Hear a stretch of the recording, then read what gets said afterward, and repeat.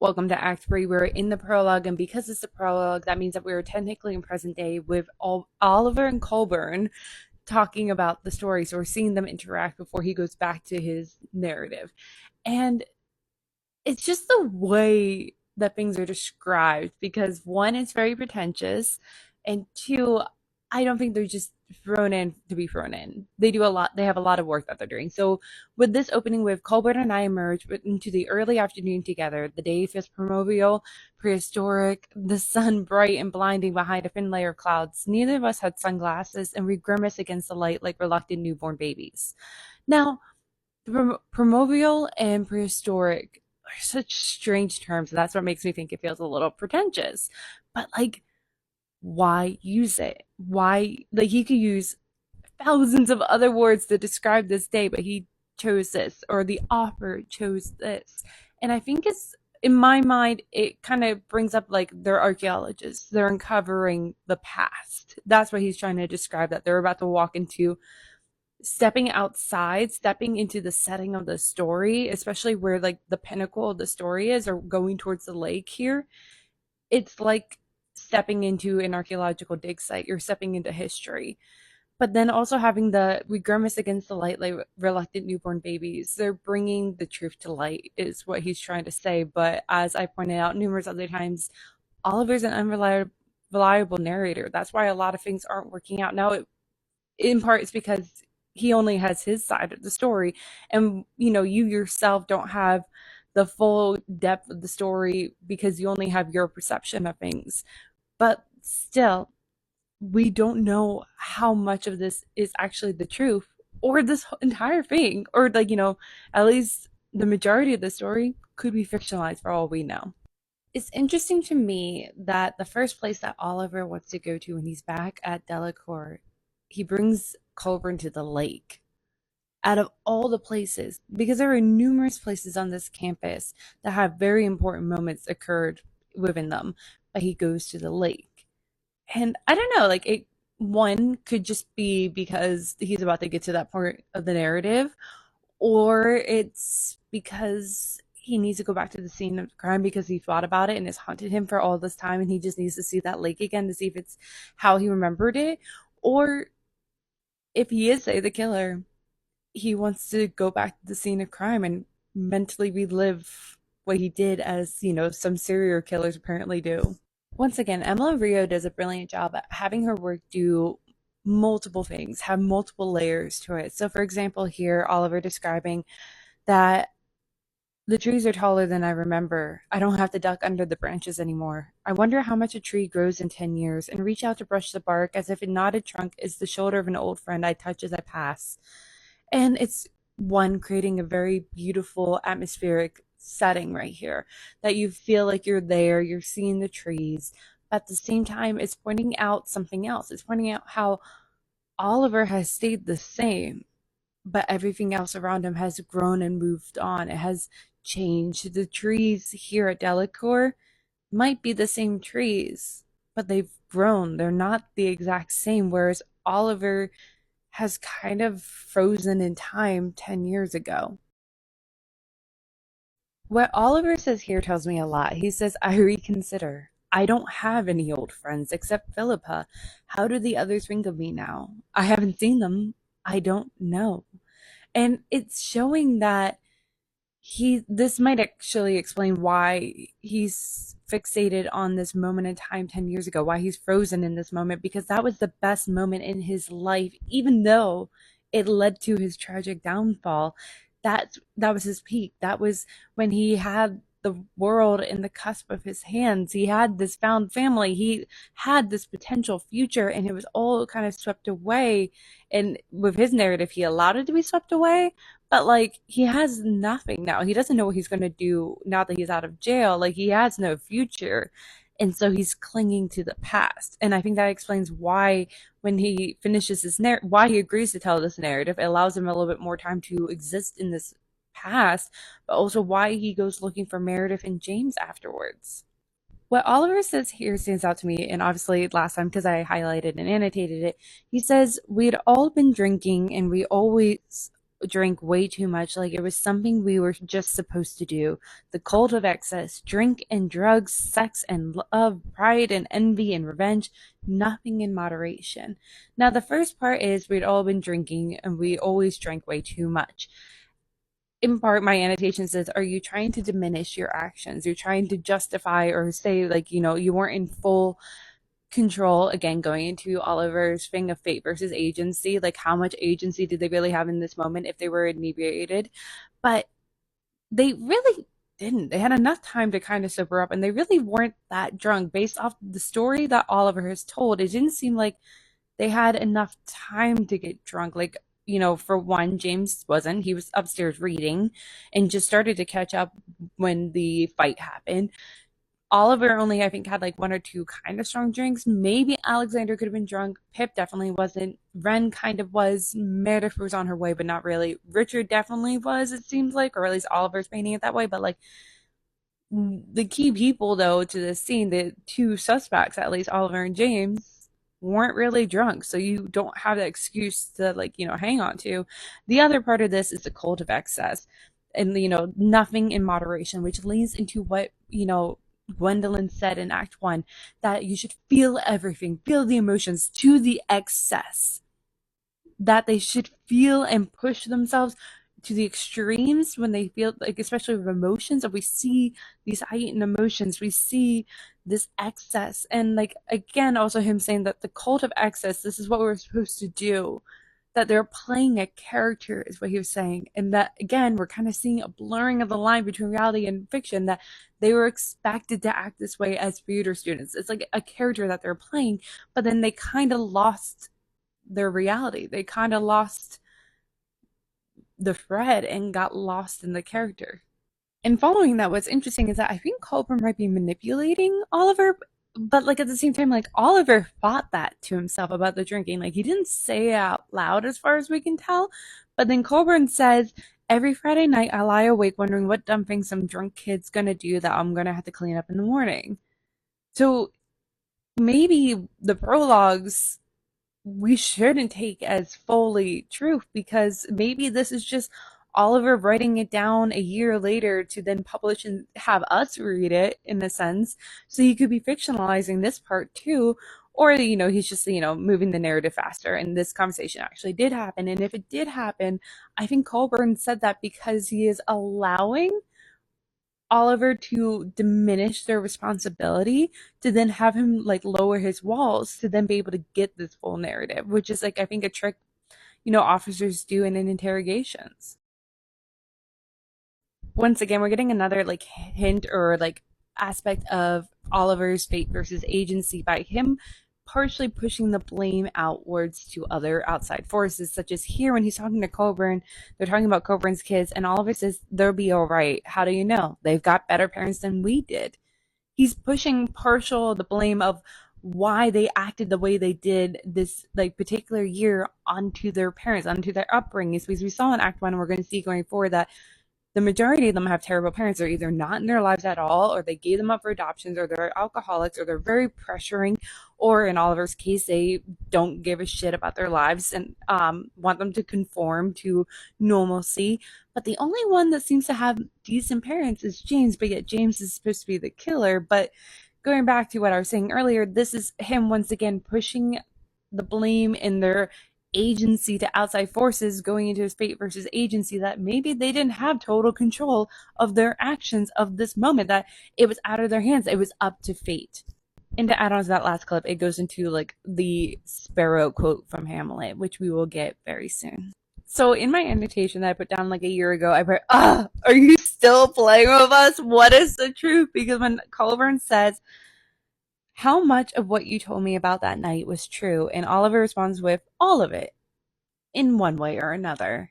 Which, like, means, like, it could not. Which could go into my theory that I've been bringing up recently, which is that maybe a lot of these events could have happened or sort of happened or did happen, but maybe it didn't happen with the exact players that he is saying it happened with.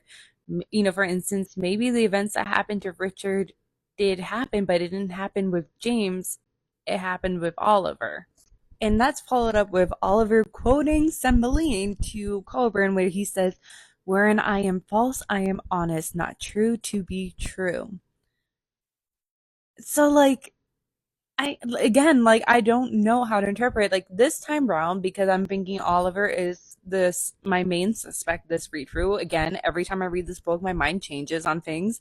So when you maybe him saying when wherein I am false, I am honest.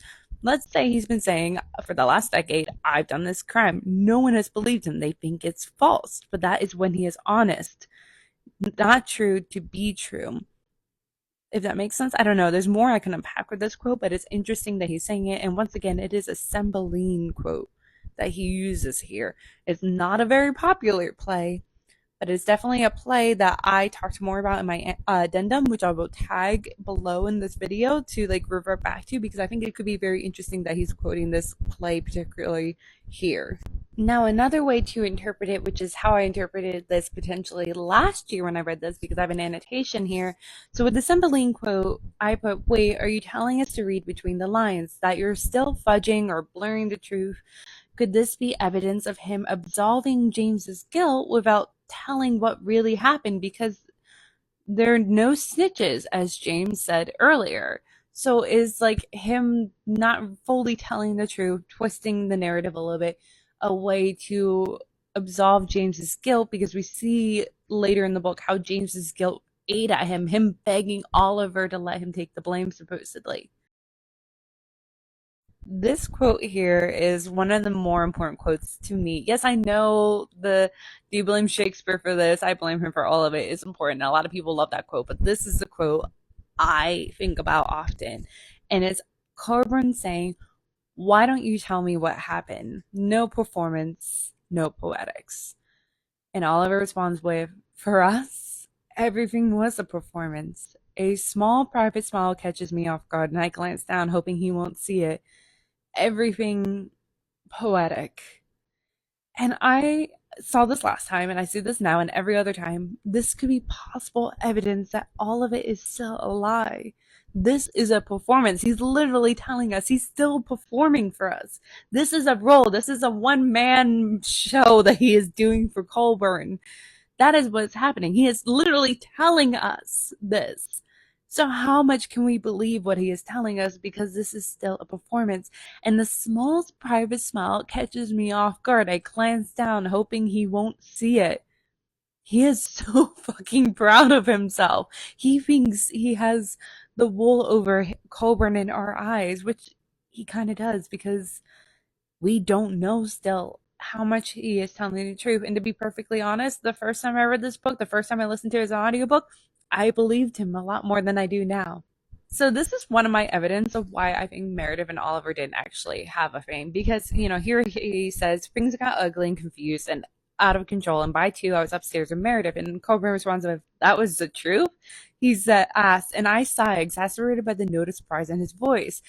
Because, like, no one believes it. No one does. There are so many times going forward in this story, we're going to see people being like, wait, you two hooked up? Like, no one believes it. And I think he really pushed this narrative in prison when he maybe threw it out there one day and all the prisoners kind of gave him a little bit of street cred. So he really is leaning into it. But I left myself a post-it note last time when I read this book and I put, one kid saw Oliver and Meredith, according to James in the last scene. So he could have jumped to conclusions and saw them maybe going upstairs to comfort Meredith, and that was it. That was all he did. Nothing happened between the two of them. Or at most, maybe Meredith could have been angry and hurt and used Oliver, who was more than happy to help hurt Richard by willingly hooking up with her.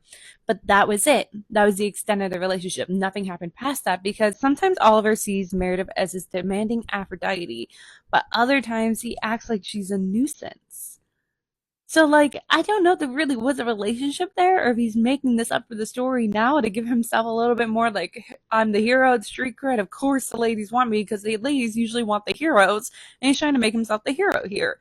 So, like, I'll tag a video down below that I made last year going into a little bit more why I really don't think Meredith and Oliver had an actual relationship, and I think he's just making it up for the story.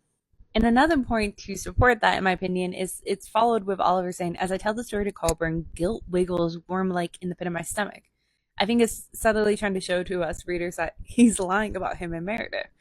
But I think there's a reason why Meredith didn't testify too. Like it could either be because she didn't want anything to do with Oliver, and why would she testify? Or maybe she was actually involved in Richard's death and she was afraid of what could come up with the stance because she technically shouldn't lie.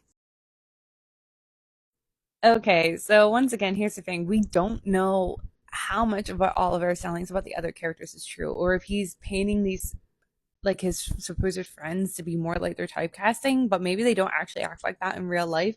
But no one has like any true proof outside of this, besides a few interactions Colburn might have had with Meredith, but the only evidence that they would have had would have been Meredith performing on stage or on that like soap opera show that she's been performing on, where she is still playing the femme fatale. So that's the only version of Meredith the outside public would have seen of Meredith. So to them, it would be believable that in her real life, she equally is a femme fatale. I still have so many questions about the scene that Coburn is slightly divulging to us. He says, she came to see me one night, rang the bell until she woke us up, and when I opened the door, she was standing there on the porch as in this ridiculous dress, glittering like a Christmas tree. I thought I was dreaming. She barged in and said she needed to talk to me, and it couldn't wait, that there was a party on, and it was the only time you all wouldn't miss her. And this happened the same week that he arrested Oliver/James. So, like, why did she need to sneak away where they wouldn't be missed? So maybe she was frightened of Oliver James, depending on who actually committed the crime. Because why rope the police in if she potentially did it? Or maybe she was afraid that they're getting a little too close to her son. If maybe say she was involved, so she was trying to push it all onto one person and knew either Oliver and James would take the blame because they were the hero complexes. Because like I don't know, there's so much I need to know more about that. So the prologue ends with Oliver thinking the story has changed. We both feel it, and there's so much this could be saying. It could be saying that the story has changed. That previously Oliver just said I did it, but didn't really give too many details. Didn't really give much in the way of motivations of as to why he would have killed Richard. And this is finally him giving the full story, giving the full reason why they supposedly would have wanted him dead, whether it was James or Oliver. But maybe they both feel that the story has changed because now he's obviously pointing towards a different killer. He's pointing towards James in this version instead of himself. And like, there's more. There's maybe he's noticing that there, even some of the details that he had told Coburn previously is different, and it could be in the sense here he's saying that like maybe they're covering up to protect others and that's why the details have changed, or the details that he told him in the first place was the truth and now he's fibbing it to create a better story. We're in Act 3, Scene 1, and this is the moment where they react to finding Richard dead. And this moment, in my opinion, is a continuation of the midpoint, the pinnacle, the point of no return for the story. This changes the trajectory of their life, what they decide to do here.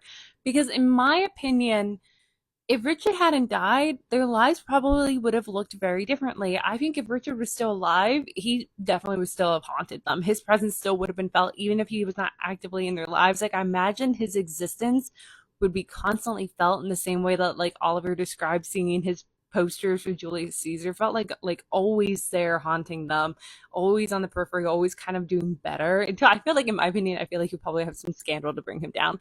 But because of this moment, it seems like none of them have moved on, to be perfectly honest. With Ren, I don't remember if we ever find out, or I just can't remember what she happens to her in the future. But with everyone else, it looks like they haven't moved past this moment. With Oliver and James, it's the most obvious.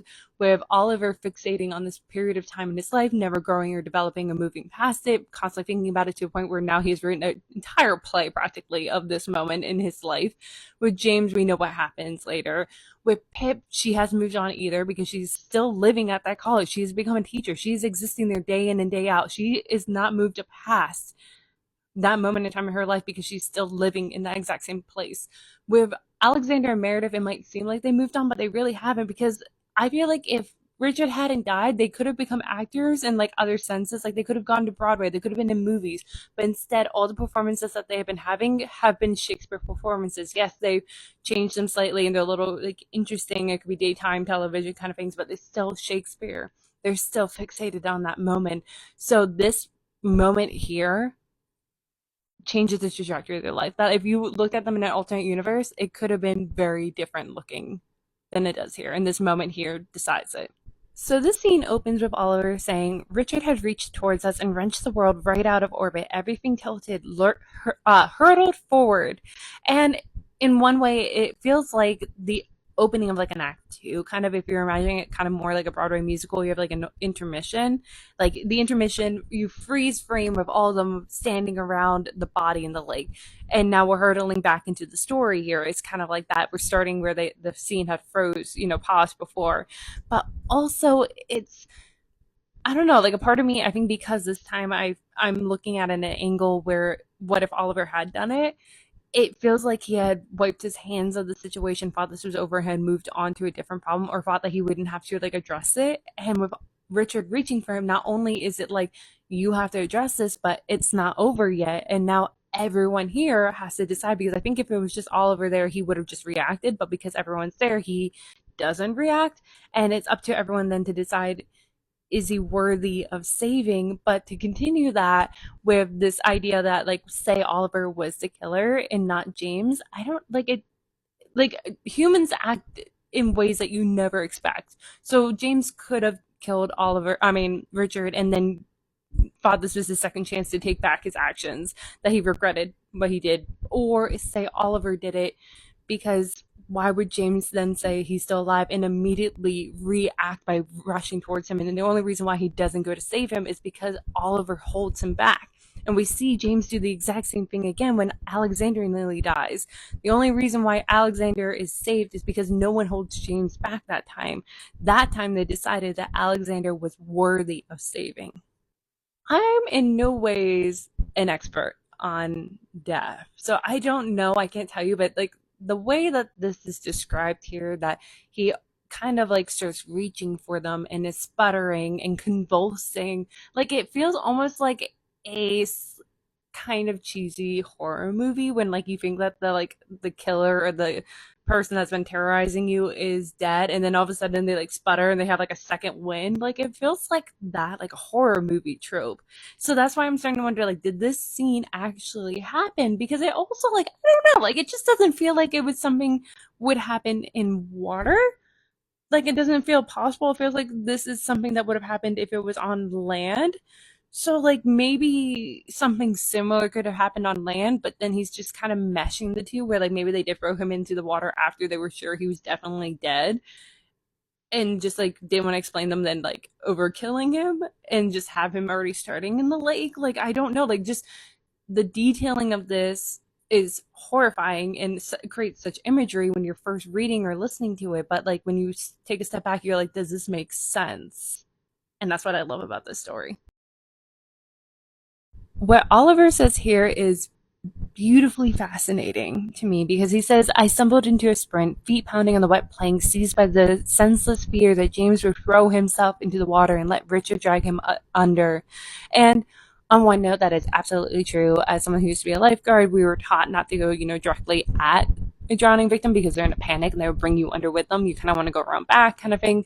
But on a different note, it's like the symbolism of it, because I think James in that moment would be willing to go under with Richard, to be dragged down, to fall with him in like symbolism sense. And I think that kind of goes with how Oliver paints James going forward, that James wanted to take the blame, that he was falling too along with Richard, that Richard might have died, but James was kind of having a gothic moment where like you're having this like mental deterioration as the story progresses.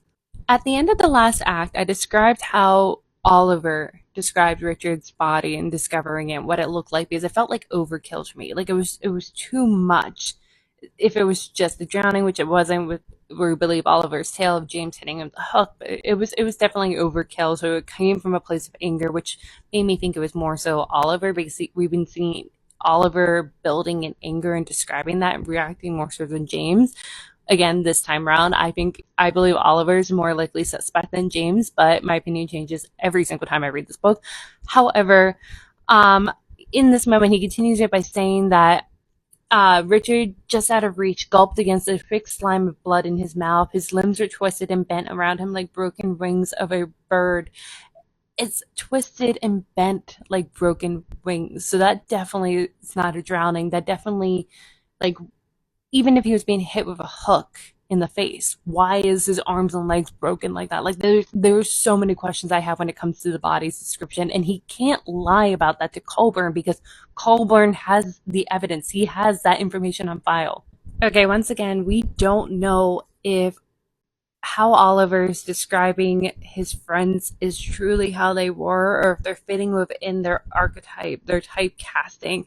James plays the heroes, so it would make sense then that James is the one rushing to save him. He is withering underneath Oliver, saying, "He's not dead. He's not dead. Get off." He wants to save him, which makes sense for the hero, which then plays into the theme that James brings up in Act 1, Scene 6, which is the tragic hero.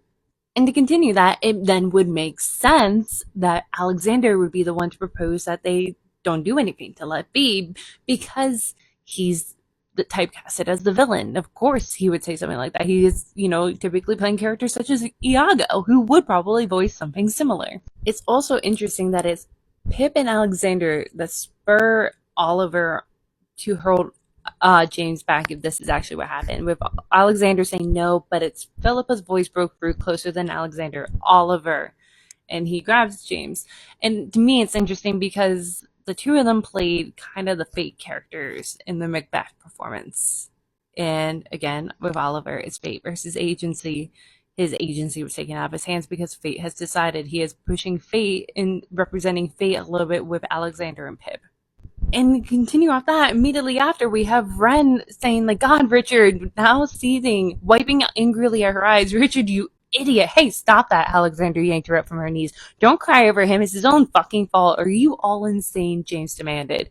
And it's James and Oliver being the only ones technically in this moment to be like, "Hey, we should save him. Like, this isn't right. Something's not right here." But it's the others saying without quite saying, "No, he did it to himself. Let him die." And it's interesting because all the others had played the roles of like the witches and the ones of like that played technically roles of fate. The ones taking the agency out of Macbeth and Macduff or whatever role Oliver had played previously. The ones pushing them towards their destiny, making the decisions for them. And this scene right here is mirroring their performance in Macbeth, literally down to the very same setting. About a year ago, I made a video, which I would tag down below, where I talk about Oliver quoting the Sparrow quote, weaving it throughout the scene where he says, "If it be now, 'tis not to come. If it be not to come, it will be now. If it not be not now, yet it will come," ending with "let be" when they make the decision to let Richard die. And I have an annotation where it says, "If it be, then let be. If he is meant to die," but yet, one could argue fate had sent them. Because here in the scene, Oliver is trying to say that fate has decided Richard's fate, that Richard is meant to die. The agency was taken out of their hands. They didn't need to be involved. But yet, what if fate had sent them to the lake to save Richard, putting the agency back in their hands, but they decided to not act? Their action was to not act.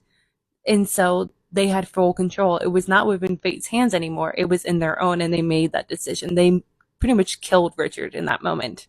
When Alexander starts to explain why they should not save Richard, even though he's not moving anymore, he starts listing all his crimes pretty much. It's mirroring their performance of Julius Caesar, because there is a moment where the senators are listing his crimes, and Julius Caesar does something that kind of justifies the other senators into believing that they should go forward with their plan of his assassination. So in this moment, it's kind of mirroring that performance. But I also think it's interesting when Alexander says, "You and Meredith," and Oliver says, "This was a sharp stabbing pain. There was a sharp stabbing pain in my chest." And it's just that description, especially with this moment feeling like it mirrors Julius Caesar, is interesting to me. The sadly brilliant thing about Alexander's argument is that he's not wrong, that if they did save him, the most likely scenario is that he wouldn't have changed. He wouldn't have all of a sudden, reverted back to how they all would have acted a year or even 2 years ago, where they were all kind of friends. Because I mean, never really that close of friends. I think Richard was always on this path. It's just that slowly they stopped putting up with it, and it got worse, and he got worse and worse. And it's like very similar to the argument that I think we see in Macbeth and Julius Caesar, where like they're deciding like the potential of the future, does it outweigh their actions in the moment? And I don't know, this whole scene is interesting. Once again, Oliver's describing James as being childlike. I think it was in Act One. He describes James having like childlike emotions or thought process of like seeing the world in a childish kind of like perspective. And then he says it again here, where like, you know, all of them are looking very particular way when Alexander asked how they felt in the moment that they thought Richard was dead. And James stands suspended between him and Meredith, which again, that's interesting when you think of the relationship situation that Oliver is painting. But also he says he stood there with childlike horror. And like, why keep doing that? Because nothing about James screams childlike when you actually look at his words and his actions, unless Oliver is trying to diminish his responsibility and his agency, giving him the childish defense, if that makes sense. Emma Rio really uses every tool in her belt, because like here, once again, she uses her setting to tell us a lot, because here Oliver is saying that the world was no longer dark. A cold light had broken and crouched low in the horizon, prowling in the no man's land between night and day. And it's symbolizing that they need to make a decision, because what has happened here, whether it was an actual crime or like an accident, no matter what, it's about to be brought to the light of day. It's about to be discovered, and they need to figure out their plan. And it's also showing that whatever happened that night, they can't just leave it in the dark. That's impossible. You can't just stay in night forever. It's always going to be brought up that whatever happened there, even if it's happened in the heat of the moment, is coming up, is going to come back to haunt them. I want to quickly go back to Oliver describing James as being childlike, because I put an annotation last year when I was still freshly off of listening to the Song of Achilles, and I had thought James reminded me a lot of Achilles and Oliver a lot of Patroclus, and the relationship between the four of them. And I put it here because James and Achilles are the impressive figure, but Oliver and Patroclus are there to emotionally support them and protect their innocence, their goodness. And we're seeing that kind of happening here with James and Oliver during this scene. Another possible clue that Oliver could have potentially committed a crime, he thinks to himself, I felt it on the tip of my tongue, the compulsion to confess that in that perilous instant when I thought he was dead, all I really felt was relief. Now, on one hand, he could be just thinking to himself, answering Alexander's question of what did you think in that moment when you thought Richard was actually dead. But in this moment, he could also be secretly saying to us, I had actually committed that crime, and I felt in that moment wanting to confess. Because let's think back to that very previous scene where his conversation with Colburn, he quoted Cymbeline where he says, wherein I am false, I am honest, not true to be true. He is saying in this line, in this one line, maybe the truth and a lie. Maybe he did want to confess the crime, but he covers it up by saying that he had felt relief, as though he was answering Alexander's question. But also the way that Oliver describes that Meredith turned her Gorgon gaze on me. He had previously called her a demanding Aphrodite. Gorgon gaze. That is so intense of a way to describe someone that you supposedly have sexual romantic feelings for. And that goes back to my feelings that he has such weird, like, polarizing opinions of Meredith. In an earlier scene, I think in Act 1, Oliver describes how he's almost possessive of James. He doesn't like others kind of getting in between. And when he stands in between James and everyone else, forcing James kind of to focus on him and is trying to be the one to sway James, because James has been arguing with everyone. Him saying, quotes Shakespeare and says, James, please let be. But yet he turns to look at Ren and ask her opinion. And I think that might have hurt Oliver's ego a little bit, and it might lead a little bit more towards his jealousy of Ren going forward a lot more than it has been up to now, because I think he was hoping to be the one that like fully swayed James's opinion in this moment. And he kind of does, but it's also equally Ren has a lot of weight to James's decision to not act as the others have asked. Let me just preface this video by saying that yes, I am still in Act 3, Scene 1. And yes, I'm in a different outfit because it is a new day. I there's some, this chapter is rather long and there's so much to say, obviously, and I ran out of storage on my phone, so hopefully I don't today. Again, I try to make room, but I'm starting off by saying, like, yet again on page 154, we see Richard still moving. He's not quite dead. So every time you think he's dead, he's not. He does something else to show that he's still kind of maybe potentially alive. And I put in my annotation, Richard would definitely be that actor that like drags out his death scene. And like it makes me think of a clip on YouTube of like the play that goes wrong. There's like one episode where like the two main actors drag out their death scene for like 5 minutes and it's hilarious and it makes me think of Richard every time I watch it. But to continue with Richard's like still potentially being alive, I think one, we need to remember that we don't know if this actually happened or not. But if it did happen, it's brilliant because I think every moment that they're near deciding what they're gonna do, Richard shows that he might still be alive because I think they thought it was easy to decide, yeah, we're do nothing. They literally just decided that because it looked like he wasn't moving, but with him moving, then like their decision is being questioned again and going, he's still alive. Is this really what we want to do? It's a lot easier to say we're doing nothing when you think he's already dead. I'm going to say this again. I've said this so many times in this scene, and I said it in the last scene of the last act, that the way that Oliver's describing Richard doesn't make sense. Like, I'm not an expert on this, but I've listened and watched some more than enough true crime to be like, this doesn't seem physically possible. And I feel like Coburn's probably marking these, but like, here once again on page like 154 155 he's saying that like Richard sputters, he turns his head lolling to one side low enough that the water lapped into his nose and mouth, but yet then he makes a groaning sound. I'm like, a groaning sound wouldn't it be like gargling because he's in water? But then like he's constantly reaching towards them and I'm like, your limbs aren't floating on the surface. Like you kind of have to be a little bit of aware to have your limbs floating on the surface. Like I'm a swimmer. I know like you need to like kind of be aware to have your arms and legs extended floating on the surface because naturally they sink. So it wouldn't be possible for him to extending towards them unless maybe that did happen, but it happened on land and the group of them threw him in the water afterwards. So like at this point, I feel like the events that Oliver is telling us here in this moment, I believe at like 75% is most likely not true.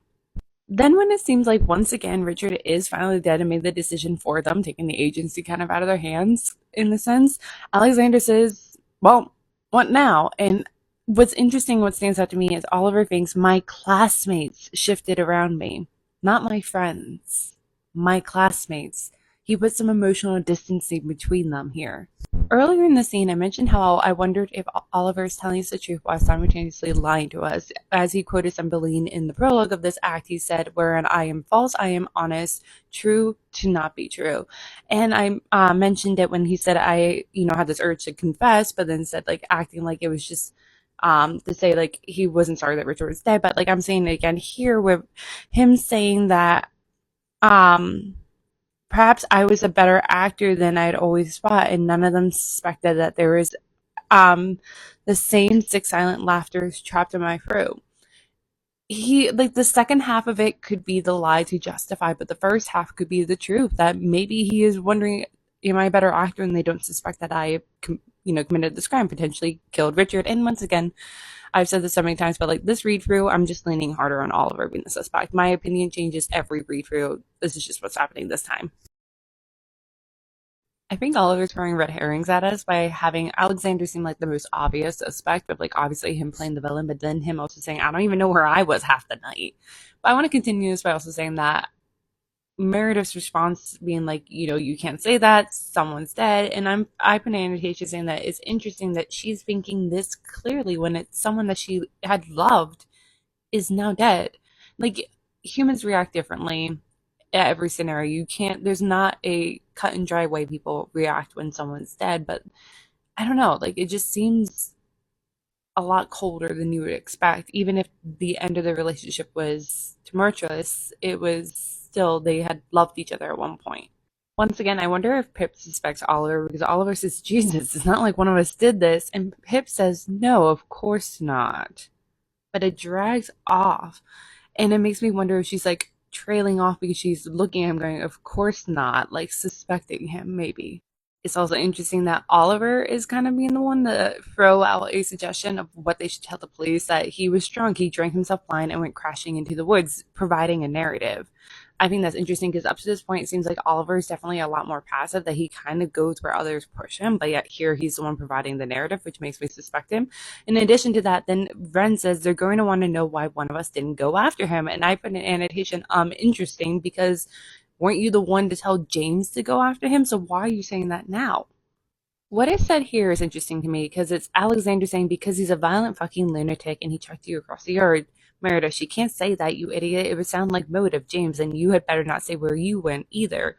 And I think it kind of justifies a little bit more the accident scenario. Now, I don't fully believe this scenario. I think more so Oliver did it. But I think this applies to both if say Oliver did it or if it really was an accident. The reason why the others act weird and being like closed mouth about things is because their actions leading up to that could be interpreted as motive, and the way that Richard died is violent looking enough that they're afraid that they would be suspects. So of course they're gonna, close ranks and be tight-lipped because they don't want it to be twisted. It's interesting when Pip or Alexander, one of them, says that we should probably be sure that he's actually dead, and Meredith volunteers to be the one to check. Like, it's interesting that Meredith is the one, which makes me, once again, recategorize her as a potential suspect, because I don't know, just the way that she acts during the scene, everything about her leading up to the scene, she equally has motive, and the way that she's willing to go check. Like, this was someone that she had once loved. Again, I say, I don't know. She's a suspect. She's not my top suspect, but she's on the list. But then, obviously, Oliver says, no, I'll go because he has a savior complex. The savior complex continues when he says that he almost couldn't do it, almost couldn't look, but then the sight of them huddled together like 5 children afraid of the dark, watching me and waiting for some kind of reassurance made me my own fears seem selfish. And that would explain, I think he's trying to explain in this narrative, whether it's the truth or not, at least telling Colburn and us why he might have falsely confessed and, taken the blame if he actually, didn't do it. If what he says is the truth, like, it's because he has the savior complex and he wants the spotlight also. Act 3, Scene 2 opens with the group waiting to be questioned by the police, and Oliver describes, worse than the lingering chill was the sensation of the lake water in Richard's body seeping into my skin, burning and itching on every inch of my body. And it can be interpreted, I feel like, in a couple different ways. On the surface level, it can be interpreted as he's presenting it, that because he had to go in the lake to ensure that Richard was actually dead, it's like, you feel skeeved out, like you want to take a shower because you touched a dead body kind of thing. Or it could be that the sensation because he had actually killed him and now he is sitting in front of the police and it's a little bit harder, like he's a little bit maybe nervous that he's going to get caught, say if he did kill Richard, because to me Oliver is still a suspect. But also it could be just there's symbolism probably in it, that like it's the events of that night of the lake water in Richard's blood symbolizes and represents that night, that day, that event, and it's seeping into him and he will never be able to shake it off. As we see here 10 years later, he's still thinking about this event a lot. A year ago when I last read this and annotated my copy, I put, interesting that Oliver is acting like he's guilty, and I'm referencing to the fact that like he says that I waited in a state of catatonic anxiety to give mine, like his statement, and when he was called I stood and moved towards the door with the brittle mechanical motion of the Tin Man. Like there's just certain things of like, why act like this when nothing, if you didn't do anything per se, like if you actually did genuinely find his body, like yeah, you could have saved him, but like I feel like that wouldn't have weighed down as heavy on you unless you actually committed the crime potentially, or maybe he does feel that guilty, but I feel like Oliver is not that kind of person. James maybe would feel the guilt. Oliver, I don't know. Once again, this author is amazing at creating very beautiful imagery that sets the scene, sets the tone, but also has so many layers to it. So when he's saying that he gazed out the window to the sweeping drive at the front of the hall, the stately iron gates reduced to thorny black bars in the distance. On one hand, again, it's setting the tone of the scene very beautifully, but on another hand, the thorny black bars in the distance could be foreshadowing Oliver's future of him being in a jail cell. But also, to me, I feel like it is the closing of the gates of this university, that they're never going to be able to escape this university, escape this moment in time, as we see with all of them, that they're kind of, even as they try, they haven't left Delacour mentally, per se, that they're trapped here in this moment, right here, what happened to Richard, the gates have closed on them. They're trapped here. This is their perpetual hell now. I feel like Oliver's probably fictionalizing this line when he put, like, them being like, we have some questions about you about Richard's death. Gwendolyn gave a small whimper, and I literally put in my annotation, still? You sat through five, like, other people talking about this event, and she's still whimpering. So I feel like he put it in here to set the scene, and because he knows that Colburn sat through all six of them talking, that he wouldn't be able to differentiate when Gwendolyn might have been whimpering. Oliver having Colburn say here, it's alright to tell me you don't remember. No information is better than wrong information. And I feel like it's so interesting because as we see, 10 years later, Colburn has been bugging him twice every bi-weekly, every 2 weeks, he would come and ask what actually happened. So to him, no information isn't better. He'd rather have the wrong information, Oliver's falsified tale, to satisfy his curiosity than no information, than to never know what actually happened in the events of that night. Actually, I just had a thought. So I've been viewing this book as in, the prologues or the present day, and then obviously everything else is him telling it backwards. And that he's actively telling the story to Colburn, and we just so happen to be following along like a fly in the wall. However, now I'm starting to wonder if that is not true, if maybe we should be viewing both the prologues and everything else as him now writing down the story, say like a year later, to then give to the public, to give his version, his tragedy, his play that he's been working on for the last 10 years, that everything in it is him writing it down and fictionalizing. Because, like, I don't know, like, obviously you have to paint the scene of having Colburn talk, but there's certain things that Colburn says in the flashbacks that make me wonder, did this actually happen? Because he probably wouldn't be able to tell Colburn things that Colburn has said without it being like, did I actually say that? Like, doesn't that make sense? So, like, now I'm starting to wonder if, like, I should distrust everything because previously I put a little bit more merit behind anything that involved Colburn being actively there. Thank God to my past self because I put this annotation that I think that not only I'm going to be looking for, but I think everyone should be looking for, that let's remember what Oliver has said back in Act 1 when Richard had praised him, like in Scene 2, Scene 3, when they're about to do their auditions. He said that when Oliver really gets into character, he kind of goes still. He gets lost in it. He loses his antsy uncertainty to him. So I feel like in those moments where we see kind of a stillness to Oliver, that's where he's lost in a character, that he is playing actively a character, I think. At least I think we should be looking for that maybe here. Here's the thing now. I'm so frustrated because when Oliver answers Colburn's initial questions, he says, I answered a second too late, and then, again too late. And I'm like, why is he delayed? But then I'm wondering, like, was he actually delayed, or is he just trying to, like, really, like, throw us for a loop and wonder what he's up to because he's fictionalizing all this and, like, messing with us like a grand sociopath mastermind puppet. Like, I don't think he's an actual sociopath, but, like, I think he's fucking with all of us. Like, I don't know if, like, generally some of these things actually generally happen or if he's making all this up, and it's so frustrating now that I've had that thought. But going back to the delayed answer, and I think it goes back to what I said previously about when Oliver's in character, he gets still. So I feel like he's still finding that character. He hasn't leaned fully into it yet. And that's why he has a delayed answer for even the easiest questions, like, are you a fourth year student? Are you from Ohio? Like, it could be that. Again, it could be just nerves. You never know. There's so many ways that humans react to situations. If you watch any, true crime and, police interviews, people react very differently every time. But still, I don't know what's true and what's not, and I still don't trust Oliver. Every time I read this book, I trust him less and less. Here, Oliver said that they're gonna have James account that he had slept in his room, like their room together, like normal.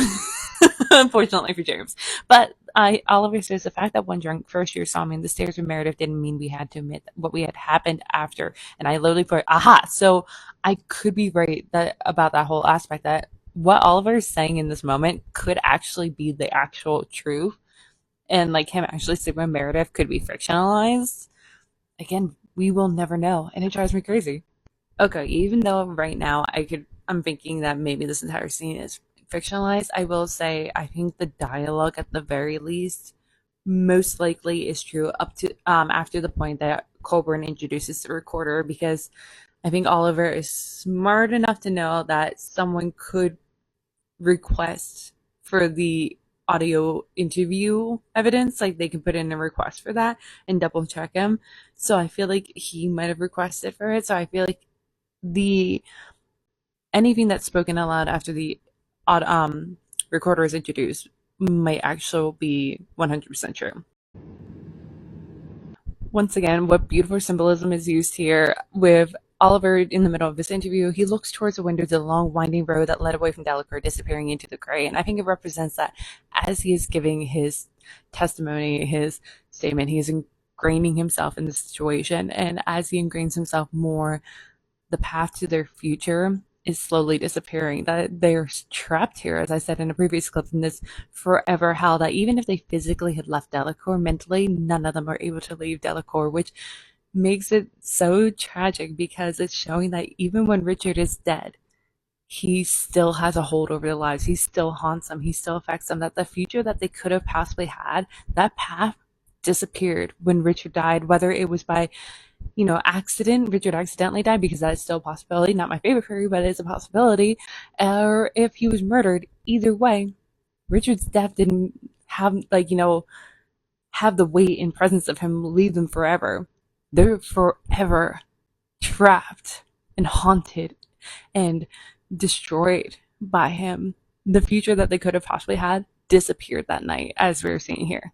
Let's remember that Oliver had quoted Cymbeline in the prologue of this act, Act 3, where he says, "Wherein I am false, wherein I am honest, false I am honest, wherein I'm true, true to not be true," something like that.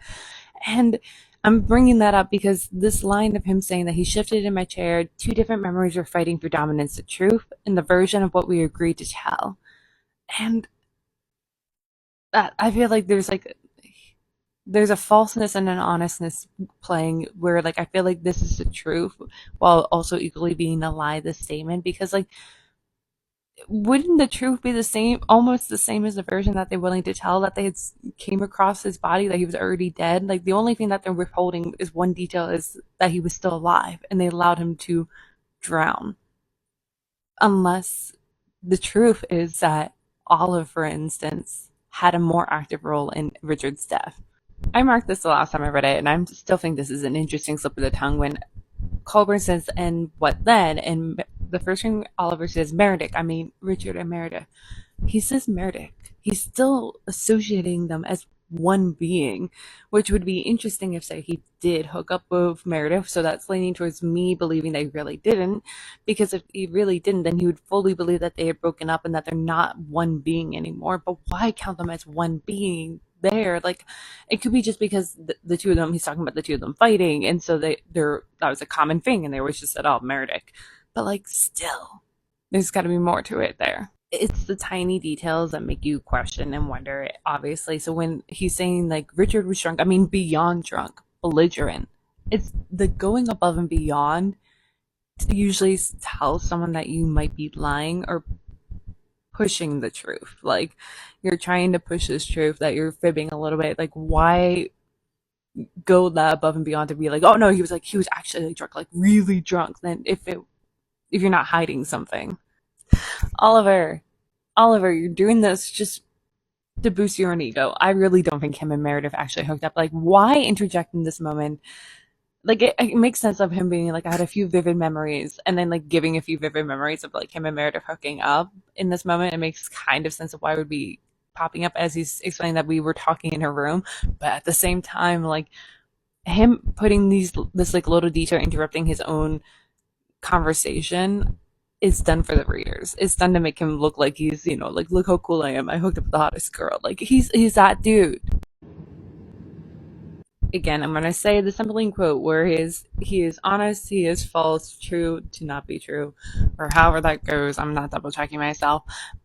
I'm saying that because in this moment, Oliver says, "We were talking in her room. Richard came up and sounded pounding on the door. She didn't want to talk to him, and she told him as much through the door. We were sort of afraid to open it, and eventually he went away." I think that is actually what happened that night. Again, I just believe heavily that him and Meredith really didn't hook up, that he's making this all up for the audience.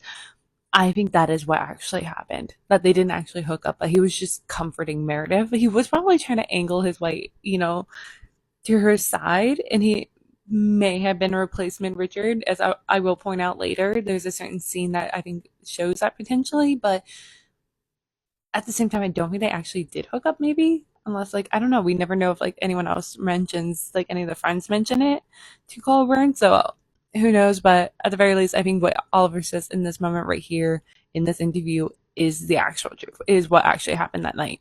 Again, I think what Oliver is saying here is actually partially the truth that everyone was gone, really. I went up to bed. James was already asleep. I think that is true, but he says that James told me that Richard had gone off into the woods with a bottle of scotch, and I put in my annotation, where's the bottle? Because I don't remember them saying anything in that previous scene as they all stood around the lake, or even the final scene of Act 2.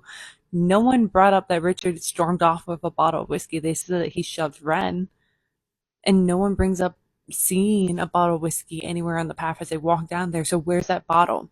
Where is that evidence coming from? And Oliver better, you know, be telling the truth there, because the police are going to be scavenging the woods and probably will find the bottle, which means that Oliver had to have been there to have seen the bottle, because up to this point, no one mentioned the bottle to Oliver.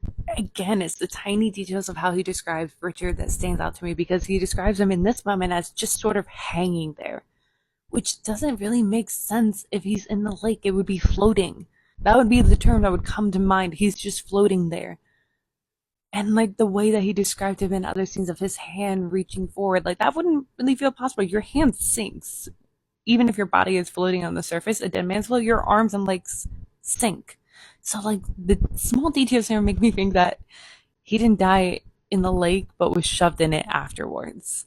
Colburn's hesitancy makes me now have a new theory and question, because he says, "And you," he cleared his throat, "you got in the water." It was the first time he hesitated, and I bet why. And I think it's because he is questioning, because if Oliver got into the water and had initially, say, put Richard in the water, if Oliver had done this, then he is washing away some of the evidence. And I think Colburn is slightly wondering if that is what happened there too. Oliver responds with, "Someone had to." Now, I think that is so brilliant, because on one level, he is answering them by saying, "Someone had to get in the lake." But he could also be saying subtly, "Someone had to get rid of Richard," with his savior complex that we kind of see subtly threaded throughout the story. And we see in a couple other moments where Oliver might answer someone's question, but mentally he is answering a second question, or his answer has layers to it. It could be answering different things. Colburn asking, "What about the last few weeks? You've been under a lot of pressure. Richard, maybe most of all, was he behaving strangely?" That question did not come out of the blue for Colburn. Someone had to have said something to make Colburn now question that, whether it was one of the other five or Gwendolyn or Frederick, but someone had noticed something or accidentally let something spill, which is interesting to me because of their conversation in Act 3, Scene 2, where Alexander is saying that we're not going to say anything about the weeks leading up. They agreed to that.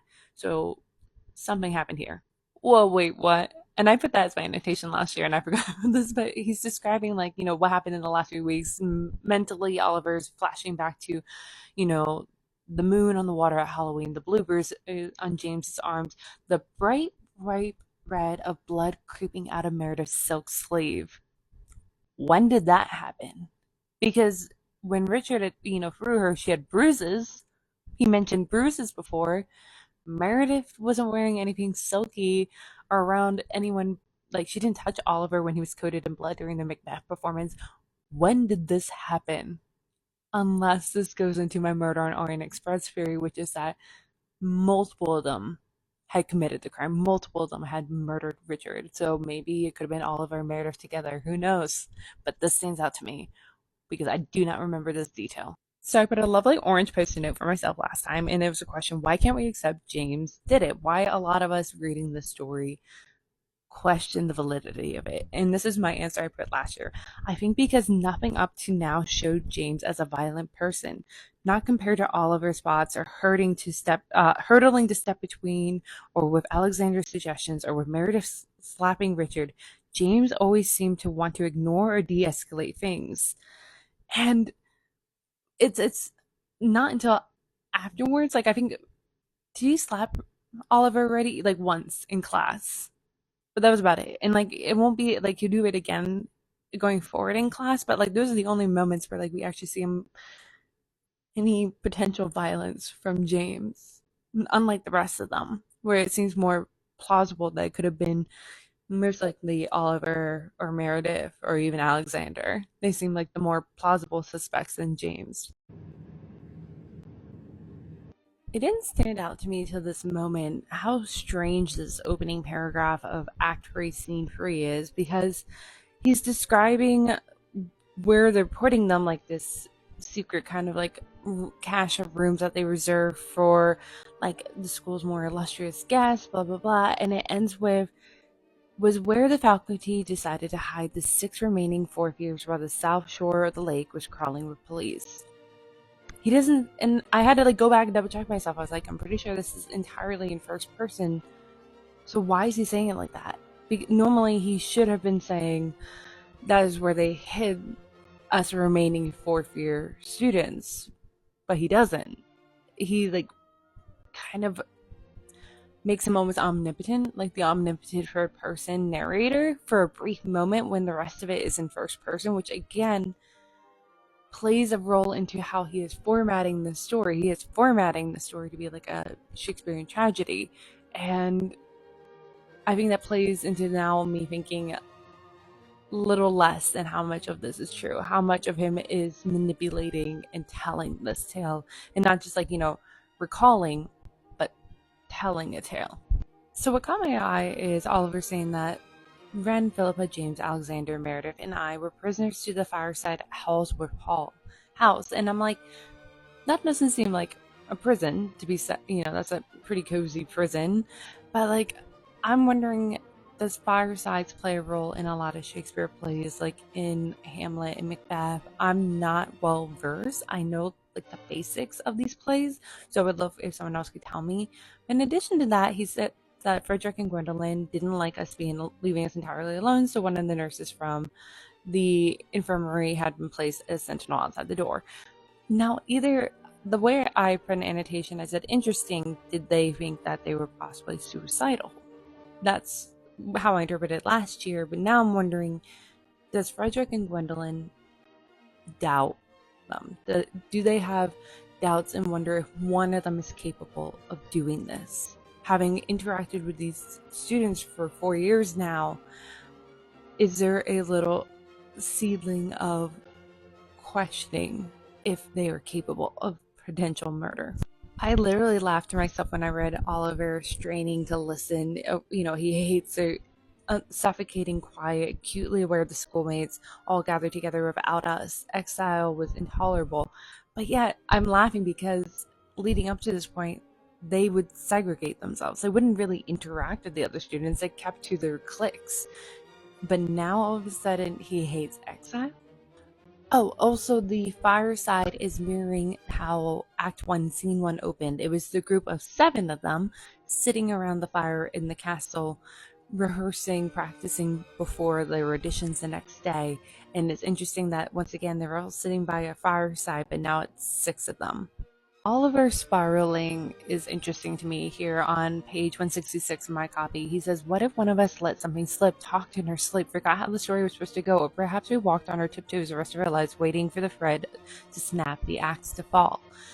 And that would be the case, obviously, but like the questions he's asking himself feels a little weird, because like, what if you talked in your sleep? Who would know besides the 6 of you, really, unless you got really far away and like, post graduation living with someone else. But like in this moment, it feels to me, at least in this read through, I didn't feel like this in other read throughs, like his own personal questions, not like the group questions, but like he committed the crime and he's afraid of accidentally spilling the beans that he committed this crime.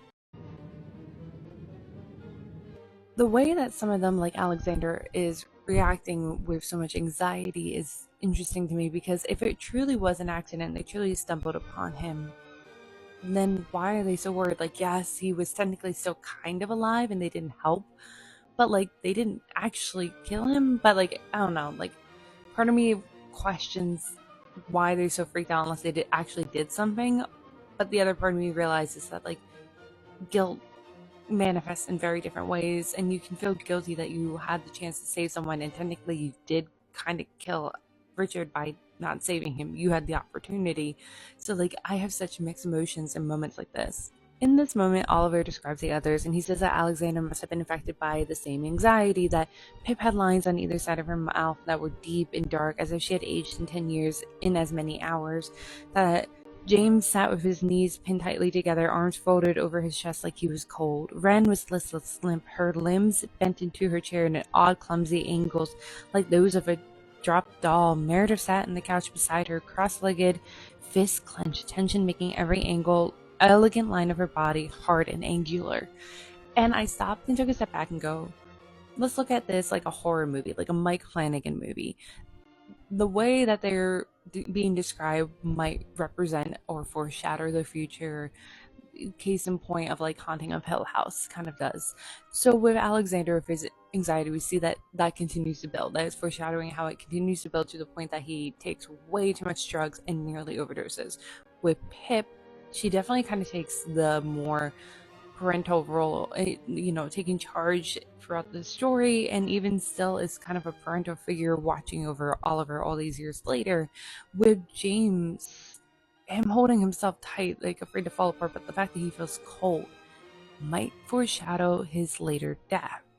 With Wren being listless and doll-like, shows how later when she does start to fall apart, having a very Ophelia-like reaction, they see her like a child, they see her like a broken doll, but also the way that this is described with the clumsy angles of her limbs reminds me a lot of how they described Richard's limbs, like the awkwardness of his ankles. And then Meredith, I bet, why is Meredith angry? The way that she's holding herself says to me anger. Now it doesn't say anger, so maybe she isn't angry, but to me it comes across as angry. So why is she angry? Oh, and to continue with Meredith, if it is showing that she is angry, we see that kind of carrying forward, that throughout the rest of the story we see this kind of like anger undertone to everything she says and does, if that makes sense. Within a couple lines, it beautifully represents these characters in this story of Alexander saying, "What do you think they do about Caesar? They'll call it off," Philippa says. "It would be tactless to just replace him. So much for the show must go on."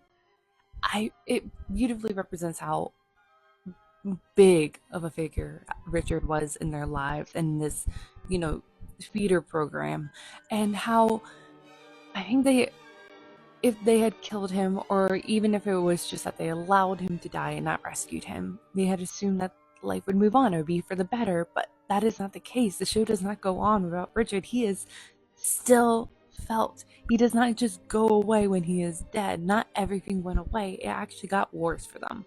I think Oliver is lying to us in this moment, because then he's trying to imagine who would assume Richard's role. The threat that Gwendolyn had made to have me learn the lines and take his place echoed from my memory, and I balked to recall from the idea. I don't think he balked, or maybe he did initially, but he doesn't really balk for too long, because I think he does assume Richard's place, as we see going forward. That even, like, there are hints of it leading up to this, of him having a slight violent misogyny that mirrors Richard's at times. We see that from Oliver on occasions, but like, he dates supposedly Meredith, and you can see that as almost like the uncle marrying his sister-in-law in Hamlet, Hamlet's mother. It's very similar to that. He is trying to become Richard, and there's a scene that will happen a little bit later in this book where Alexander and Oliver are by the lake again, and Oliver looks in the water and he says that his reflection looks a lot like Richard. He is trying to be Richard.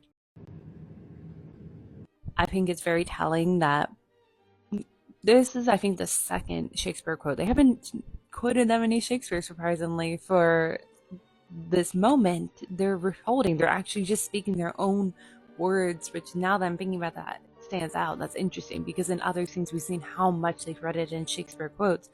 But the second one that is cited in an actual really full line is by Pip, and it is a Macbeth quote. And I think in that moment, even if Oliver's fictionalizing it, if not, they're thinking about Macbeth. This situation is mirroring Macbeth, and we should be thinking about Macbeth too, and what is happening here. We get a tiny bit of foreshadowing when Alexander says, "Personally, I plan to drink myself to sleep."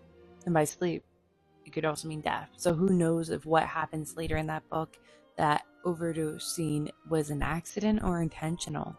I want to quickly say that we get another Macbeth quote from James on the next page, so they're still sitting with this one particular play, which means that we as the readers should also be thinking harder about Macbeth in this moment and what it means to what is happening in the story.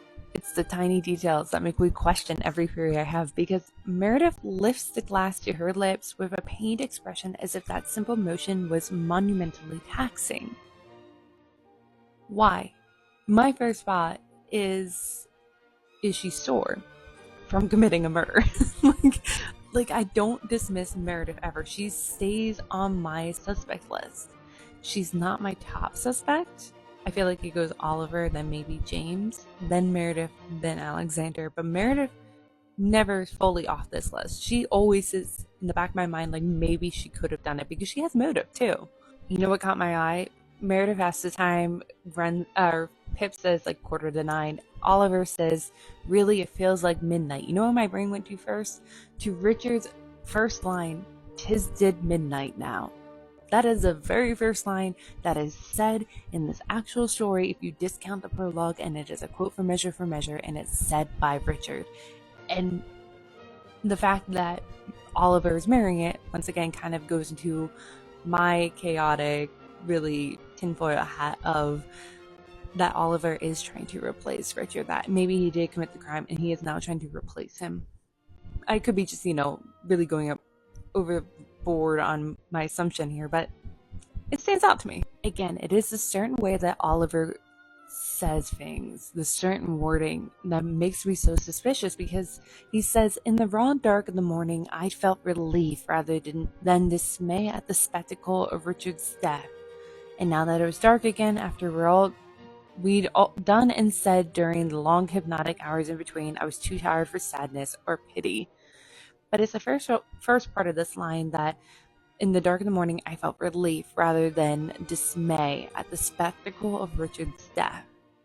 That, I don't know, it just stands out like relief that he's gone, and calling Richard's death a spectacle. There's something there. There's something to unpack, and it's too early in the morning for me to unpack right now. Going back to how I'd never dismissed Meredith as a potential suspect, like I said earlier, where her lifting the glass, the simple motion is monumentally taxing. On the next page, she gets up slowly, gingerly, like everything hurt. That stands out to me. For those of you who believe that James could have actually been the perpetrator of this crime, I have something that I think could hint to that. So James says, "Don't be angry with me, Oliver. I can't take it right now."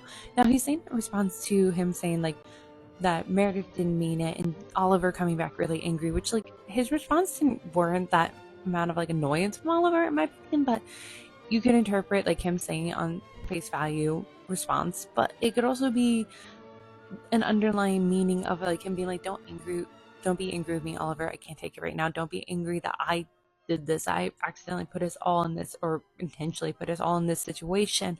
I can't take it right now. I am that fragile. Oh, but it's also interesting that when given a choice, Oliver doesn't go with Meredith to sleep in one of the 3 rooms. He stays in the living room, and so does James, which, for James, it makes sense. He could sleep with Alexander, but, obviously he wasn't going to sleep in the same room as Meredith, but, that Oliver would choose not to go into Meredith's room, which, could be interpreted as slight remorse if, say, he did kill Richard and is uncertain of how Meredith feels about this in this moment, that he's uncertain if she is happy or devastated, so maybe he thinks it's safer if he avoids her for the moment. But, I don't know, it stands out, but I like it at the same time, because I like him, Oliver, and James together, but, I don't know. It could also just be that, the guy that Meredith had been seeing for a couple of years had died, and he wanted to give her space, but, she kind of invited him, so, I don't know. It's Oliver. Who knows what goes on in that guy's head? Once again, something that Oliver says could be, I think, interpreted in a couple different ways, because he says how swiftly, how suddenly everything had gone wrong. Where did it even begin? Not with Meredith and me, I told myself, but months earlier, with Caesar, Macbeth, it was impossible to identify point zero.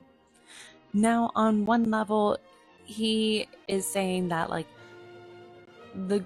when did this actually happen? There was a groundwork here all the time, but I don't know, on the way I'm interpreting this time is that Oliver is trying to subtly justify his actions to Colburn, potentially if Oliver committed this crime, it that him doing it didn't come out of like him and Meredith hooking up. It came out of months, if not years, of the gunpowder being laid, of a fire being stoked and built, that finally he just had enough and killed Richard, potentially. Who knows? Again, with Oliver, who knows? But like also like I don't know, it seems interesting that then he's saying that like he feels this great weight pressing down him on him like a boulder. It was that ponderous crouching demon guilt. Like one part of me goes, why do you feel so guilty? Like that intense of guilt, unless you actually committed the crime. However, again, humans are weird. We feel guilty about the silliest things that maybe we shouldn't feel guilty for. Like that they're feeling guilty that they had the moment to actually rescue Richard, but they decided not to. Like who knows?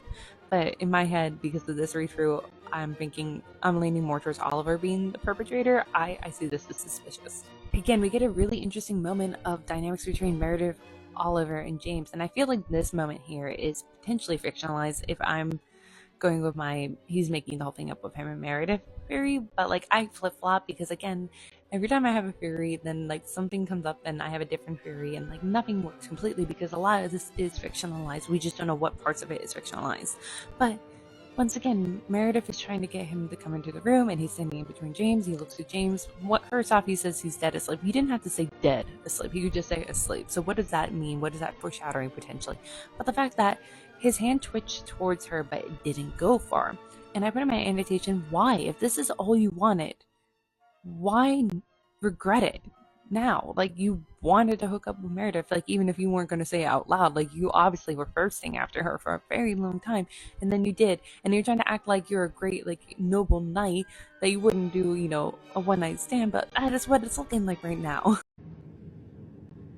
But then Meredith seems suspicious of how fast she's trying to move on, already having Oliver take his understudy role, which is interesting on the fact that they're talking about who would even replace Richard on stage for Julius Caesar. Well, obviously Meredith is taking Oliver to replace Richard in her life, but like again, like it's so humans' reactions are so weird because like maybe she is really sad about Richard, but her way of trying to move past it is to literally replace him and to do it with Oliver. Like I don't know, like it could either be suspicious or just sadness and guilt. But this interaction here, whether it is fake or not, mirrors something that's going to happen later, which is that he's standing there between Meredith and James, and he supposedly has feelings for both.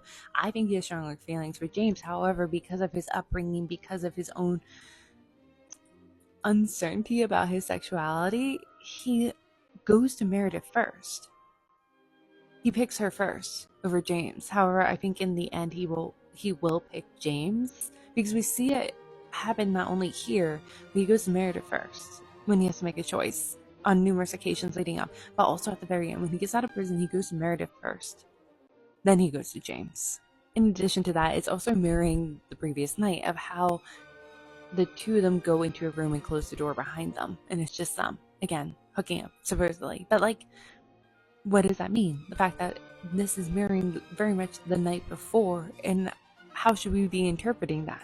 Once again, I left myself another orange post-it note of a thought I had when I was annotating this book last year, and I put from Meredith. The thing about Meredith, at least according to Oliver, she wants everyone's admiration. Her beauty has always been the center of the universe. Even Lord Alexander, who is more so leaning towards the gay side of bi. And I think that she has learned to get validation from it, and we see it going forward with her interactions with her family and with everyone else, that her validation comes from how people admire her and want her. So in this moment, I feel like with her sadness that she needs to feel alive and needs to feel like validated, and it manifests in needing someone else to validate it for her, if that makes sense, which makes her such a tragic figure, because it's like she can never escape it, as we see with how everyone talks to her, even down to Gwendolyn, and how they typecast her and stuff like that. They just see her as the hot figure to put on stage, nothing more than that. And sadly, over the years of experiencing that, that's the only way for Meredith to get validation that she's a human being, that she's worthy in this world. We end the scene with Oliver's savior complex kind of coming to play again, with like, he does choose Meredith. because I think in that moment he thinks that she needs him a little bit more and that he could play this particular hero role. And it does validate him because she's just crying and he can hug her and comfort her and pet her hair and say, I know, Meredith, it's okay. Like, kind of thing. Like, so a lot of, I think, Oliver's actions throughout this book is coming from someone with a savior complex and someone wanting to play the hero roles. And we see that he does get to play that a little bit going forward. The last time I read this book was about a year ago, and in that time I annotated my copy, and I have an annotation from last year for Act 3, Scene 4, where I'm pointing out that Richard died Saturday, Sunday, maybe the police were called Sunday, but in the beginning of Scene 4, Oliver points out that on Tuesday we return to the castle, so that means that at least all day Sunday, all day Monday, and potentially a little bit of Tuesday, the police were able to scour the castle, but yet they didn't come across the evidence. Now, I think it stands out as being a little weird that Pip would hold on to the clothes and then try to burn them a little bit later. Like, this happens a few scenes later, like a couple weeks later, that she tries to burn, like, supposedly James's bloody clothes. Like, that stands out as being weird. But more importantly, the hook under James's bed that Oliver discovers towards the end of this book. Like, Oliver was just cleaning the room and he happened to see it. So why didn't the police see it when they had 2 days to search the castle, even if they're believing in the accident theory, which I think they obviously weren't. They were just trying to placate them and thinking like, oh yeah, the accident, so to see if maybe they would slip up. But like, they had 2 days. If they weren't searching the castle, why didn't they let them back into the castle till Tuesday? So like, why didn't they come across the evidence? So that stands out as like a plot hole for me. Like, was, say, Oliver holding it someplace else? Like, what? Like, was it not even under James's bed? Like, was it just already in the locker that he supposedly had put it in a little bit later? Like, I don't know, but that stands out as a plot hole to me because why wasn't it found sooner? It's the little details like on page 173 in Act 4 when Oliver's describing that the castle is empty but something in the surrounding woods had changed. There was a foreign smell in the air of chemicals and equipment, rubber and plastic, to trace odors of a dozen unseen strangers. I don't know if that would have stood out as much even 10 years later unless you were guilty. Like, when you're guilty, you are fixating on things like that. You're fixating on the little changes, terrified that you're going to get caught. If you weren't guilty and you were just mourning, I think you would be a little bit more numb to everything, that you wouldn't even notice your surroundings. I bet you Run's not noticing any of her surroundings. Oh, okay, so I was wrong. I thought for some reason the Philippa scene happened way later, like when they came back from break, but apparently it happened now when, Oliver's coming down with his suitcase to get ready for Thanksgiving break. He comes upon Philippa standing in front of the fireplace with a long poker in her hand. And, like, I guess it makes sense that, like, she's burning it now, but, like, I don't know. I feel like Philippa is very thorough, and according to Oliver's version of James's version of the night, she had enough wherewithal to take his clothes from him, his bloody clothes, but yet, like, I don't know, like, I would assume she would sink them in the lake. Like, I don't think she would hold on to them to the next day to burn. Like, she doesn't, like, because then you're gonna get caught with it. Then what was the point of you taking them? So, like, this is one of the scenes where I'm like, did this really happen? I highlighted this line the last time I read it when I was annotating, where Oliver throws himself into a chair, deliberately avoiding the closest one, which I still thought of as belonging somehow to Richard. And I highlighted it because it stood out because, one, it's showing that Richard's presence still felt. He's dead. He's gone. They all know it, but they avoid his chair. But on another note, in the note that I've been, like, the vein I've been following where Oliver is trying to replace Richard, I think it's because he still is hesitant to take the role. It's like Macbeth being a little hesitant to take the role of king after killing the previous one, kind of thing. Like, you wanted it done, but you're hesitant to actually follow through completely. Like, you're doubting yourself a little bit. So, like, I think he's hesitant, and we also see his reaction with Meredith, but as we see going forward, he leans into it. He wants to become Richard. And by that, I don't mean like he actually wants to be Richard himself, but like I think he wants his place, the power, the prestige, because if you see Saltburn, that Oliver kind of worms his way to that family because he wants that lifestyle, he wants that power, he wants what they have, and is willing to like destroy others to get it. And I think that's kind of what's happening with this Oliver, is that he is, like you said, the forgotten one, the whatever role's left over, give it to him. And so I think he's seeing that the two most powerful male roles are typically between James and Richard. They're the leads typically. And that's where I think we're seeing this like oscillating personalities in Oliver, where he's trying, I think, to decide if he wants to be like James and that's where his savior complex is coming from, or would it be better to take Richard's place? And that's where I think his aggression and misogynistic tendencies are coming from. And by the way, like, my feelings towards Oliver have fluctuated and changed drastically with each reading. I think the first two times I read this, I viewed him a little bit more like Patroclus, like the Songs of Achilles, and was a little bit more innocent than I thought, or leaned more into his like hero complex. But this time, I think because I had watched Saltburn a couple months ago, I think I'm seeing him a little bit more like that Oliver. So that's why I'm viewing him very differently and presenting things very differently this read through. Like, if you had asked me last year, if I was making these videos last year, my interpretation of Oliver would probably be very different of how it's going this time. There's some really beautiful symbolism with Pip lighting this fire. Now, one, she could be potentially just destroying the evidence, or like I said, that this whole thing could be fictionalized, but there's still symbolism in that Pip lighting that fire and saying it felt wrong that it wasn't lit. And I think it's showing that Richard's death is that powerful that it kind of doused their flame.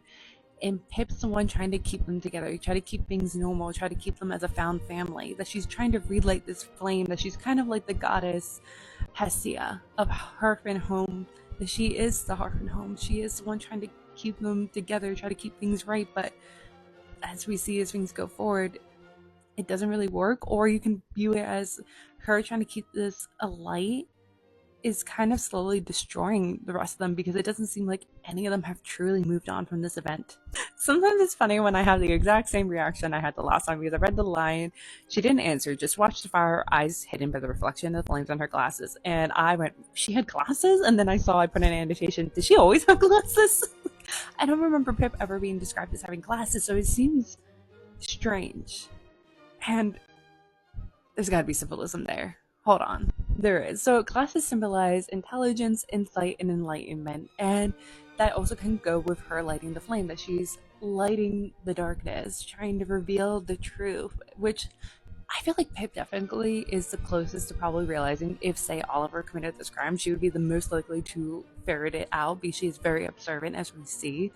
And she always is watching Oliver closely, and up to this point we see certain moments that she can predict Oliver's actions before he can even react, holding him back or stopping him in certain moments, like during the Julius Caesar assassination scene on stage.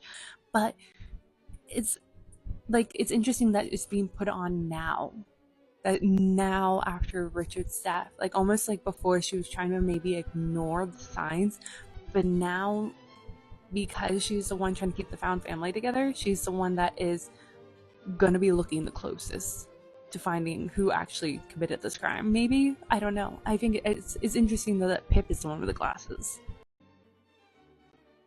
But then we get this conversation, which again, we have to remember, we don't know 100% if any of this actually happened. Oliver could be fictionalizing it. But he has, Pip, I swear I'm not trying to pry. She stepped at the embers again a little savagely, so don't. She definitely is being presented as like a great secret keeper, but still, like, why give us this conversation? Why say like he's not trying to pry, unless he like wants like trying to present a red herring? Maybe, like, I don't know. Why is he putting this conversation forward in this moment? Because he didn't have to. So something's happening here, and I can't think of it off the top of my head, and I would love to hear what other people think about why this conversation is happening, why this interaction between Pip and Oliver is occurring. It's, again, like, you don't know how humans react after certain things. They react weird, but, like, I don't know. I think because I'm so suspicious of Oliver this time, I'm suspicious of the fact that he's rambling to Pip, being like, look, if you don't have a place to go, you can come home. My parents will probably think a little too much about it, like, look too much into it. I never brought a girl home, and, like, he's rambling. But there's no reason to ramble. Like, why feel awkward about bringing Pip home unless you still feel guilty and like you're about to be caught by the rest of them if you committed a crime? Maybe, like, I don't know, like, why is he rambling?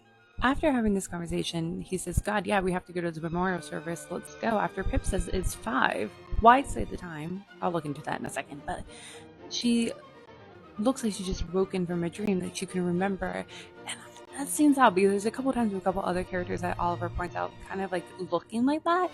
And so it's a red flag to me. Like I want to poke at it because I'm thinking of it in terms of like a Mike Flanagan show or movie. You would think like that means something, that something's being hidden or something's happening. Why be in such a daze when she was talking so logically before that? Like something's there. So when I googled Shakespeare and Marlowe, his competitor at the time, used numbers to emphasize the theme of the plays or represent something else such as fate. But with five, when I googled the symbolism of five, it means human perfection. I kind of like the symbolism of the scene. This is a bridging scene, I think, between what happened before and how they're going to go forward. And Oliver is hovering half in, half out of the doorway, and he tells Pip, "Don't be scared." And like, I don't know, like I think there's a beautiful symbolism of him straddling the two events, the two worlds, and how they're going to progress forward, kind of thing. And that's, I think, the conversation him and Pip are having of, I'm scared of what's going to happen next, and he's straddling the doorway. Act 3, Scene 5 opens with Oliver making his way down the trailhead to go to the memorial service for Richard, and he found Richard at the top of the trailhead just standing there staring down the path like he couldn't make himself take another step. And I put in my annotation when I read this book last year, this scene kind of mirrors their performance during Macbeth when Oliver and James come across each other before it happens. So I think that is also important, that we should be keeping Macbeth and that play in our mind in this moment still too. Oliver then goes on to saying that he hears an owl hooting somewhere in the treetops, perhaps the same owl from Saturday night. And owls can symbolize farsightedness, wisdom, prophecy, and, like, for example, Greek mythology, but in literature can also represent death. And what stands out to me is obviously prophecy, which plays into the role of fate versus agency, which is Oliver's theme that we see throughout this entire story, but also death. So is it Richard watching over all of them? Because yes, the owl hooting is a sensory thing that allows the reader to feel like we're actually in this scene experiencing with them. But she could have picked any animal making any noise or any noise in general, but she picked an owl. So there's a reason why she did that. On this read through, this detail stood out to me when James says, "Do you think it's a bit morbid having the service on the beach?" Oliver responds with, "I guess the music hall was a little too festive with all the gold." But like, it stood out to me because I feel like for Richard, he would have so much preferred to be in the music hall with all that gold. He is that gaudy. He is that over the top. He would love to be in a building like that, not out on the beach where he had died in nature. Like, that would feel so pauperish to him, kind of thing. Like, so it's interesting that they do decide to have the memorial service there, and it feels dramatic to have it with such a dramatic setting, in the setting where like so many big things have happened up to this point. So why did they have it there? James says that I would think that we would stay away from the lake, like as far away from the lake as possible. And Oliver says, "Yeah, I don't trust it anymore." What do you mean? First Halloween, now this. It's like the lakes turned on us. And I have an annotation from last year where I said fate versus free will. He is shifting the blame, something greater at work. And that goes into, once again, Oliver's theme of fate versus agency. We're seeing leading up to this point, and we will continue to see Oliver blaming anything and everything but himself or James or whoever actually committed this crime. He would blame the university for sculpting them to think and act this way. He would blame the lake in this moment as if the lake actually killed Richard. He would blame everything but their own actions. And if we're to believe what Oliver's version of the story, where they all stood at the lake and decided to not save Richard, if that actually did happen, they took the agency back in that situation. They chose to not act.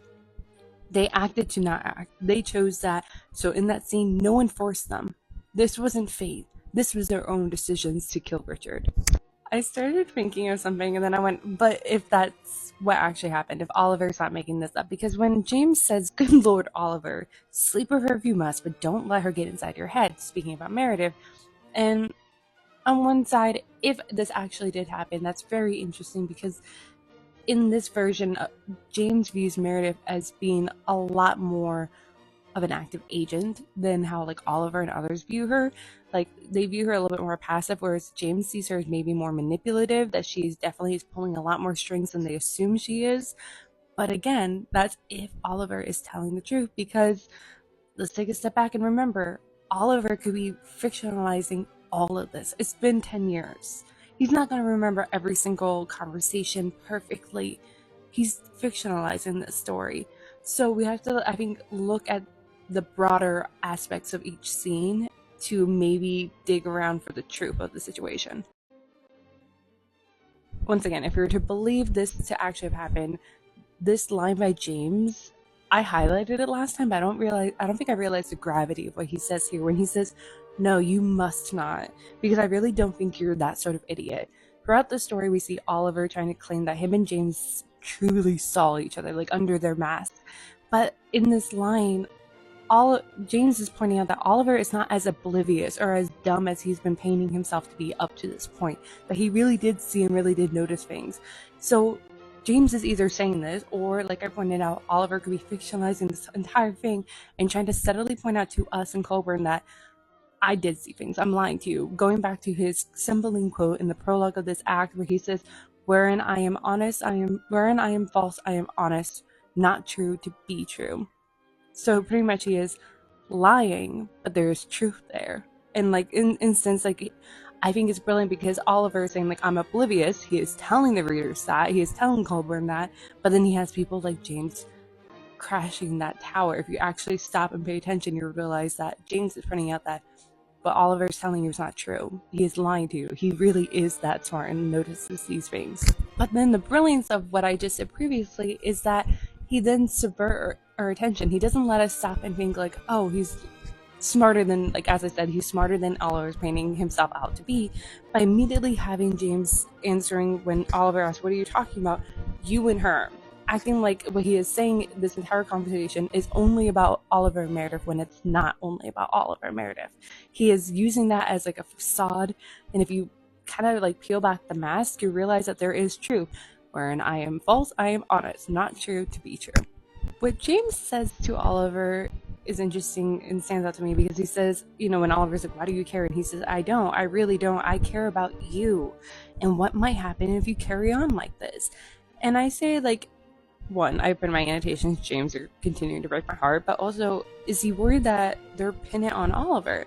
And that would go into what he was saying on the previous page, which is that he definitely is hinting that he thinks Meredith is a lot smarter than they all anticipate, that she's definitely more manipulative, which, why would he be worried about that if he had committed this crime?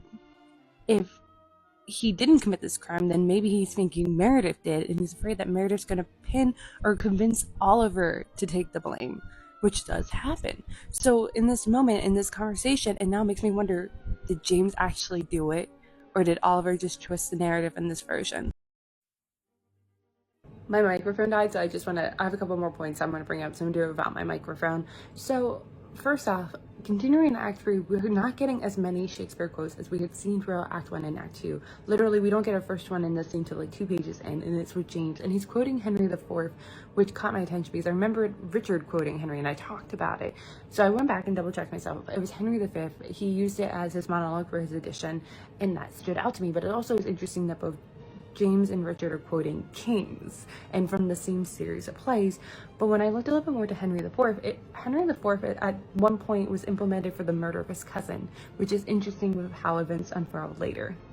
There's something that Oliver has said, there's 2 lines that keep bugging me, but I don't know how to interpret it. Like, I've literally stared off into nothing trying to like unpack it, and I don't know why it's bothering me, but it is. And it's when he says, "It's not like we killed him," and then a little bit later, "Why are you talking about this like we killed him?"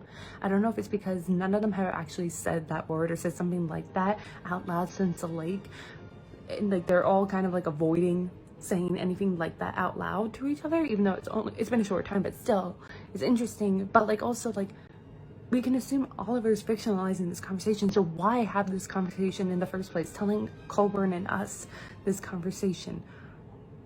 Why is this happening? Like, is it going into the Cymbeline quote where he is false, I am honest? Is it something like that? I don't know, but I just know it's important and it's bugging me. Oliver has created this very interesting aspect with James.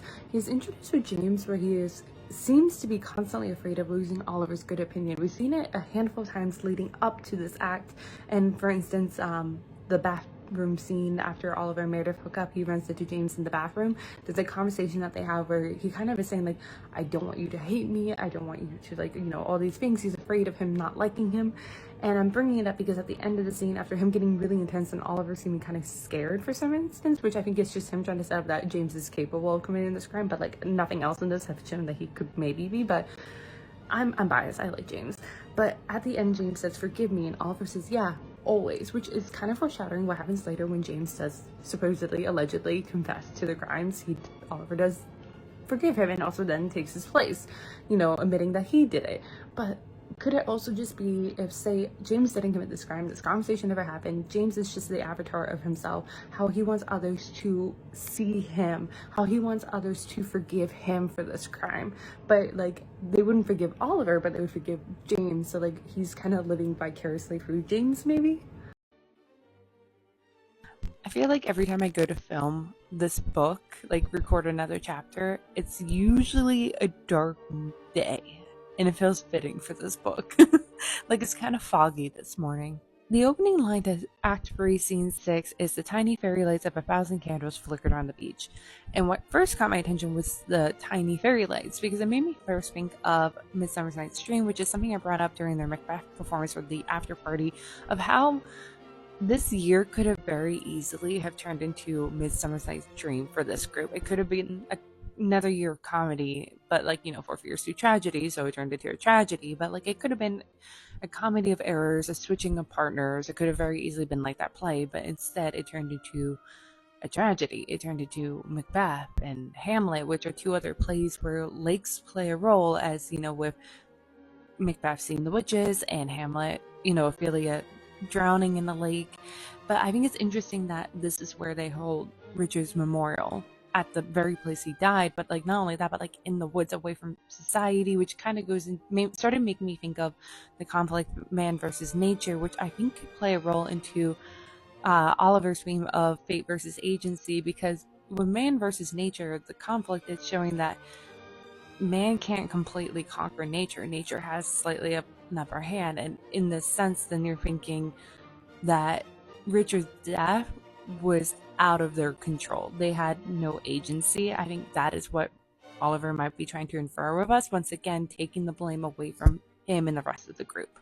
Because I'm doing such an in-depth analysis, the fact that he describes the white lilies being there, I was like, there's got to be more to it. Yes, white lilies are very common for funerals. That makes sense. But there's added layers to it, such as it represents purity, which I don't think represents Richard, but rebirth, which I think is fascinating, because then it made me think of what I said during the Macbeth performance, of how what's his name, Oliver, was covered in blood and emerges, and like I said, this is like him being born. This is the moment where he is reborn as someone else, and this is, I think, another moment representing this chance for him to be reborn as someone else, to take Richard's place. Maybe like this is a moment that will change at least his path forever, but not only that, but like you can see how it changed everyone's path. My favorite part about reading this book after having annotated it last year is seeing what I put last year.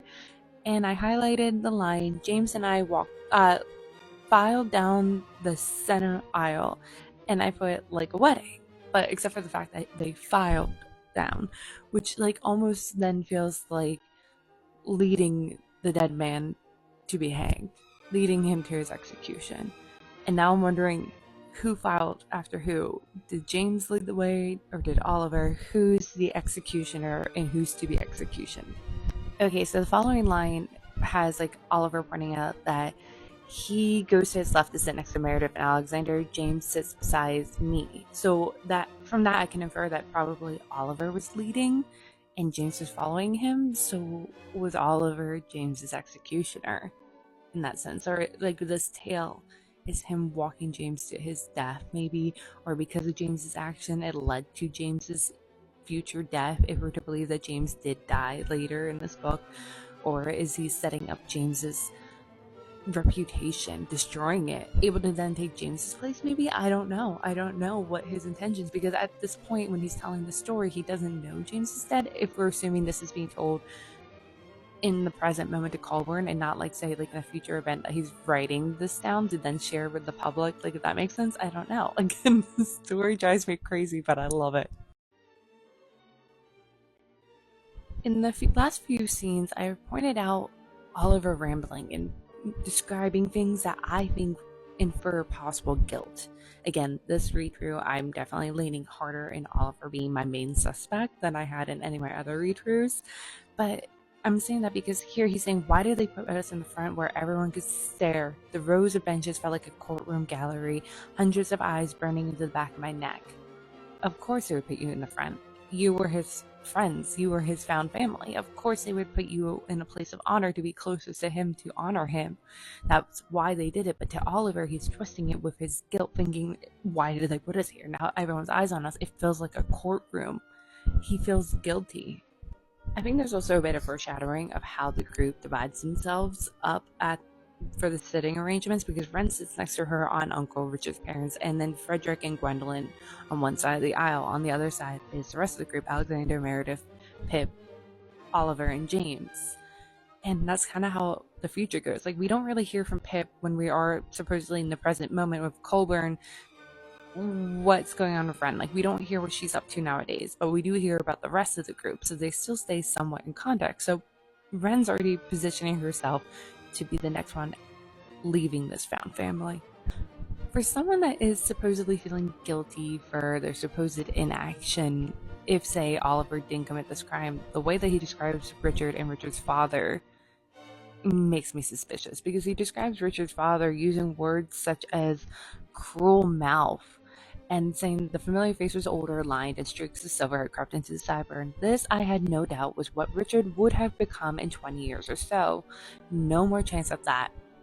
He could have said this is what Richard probably would have looked like in 20 years.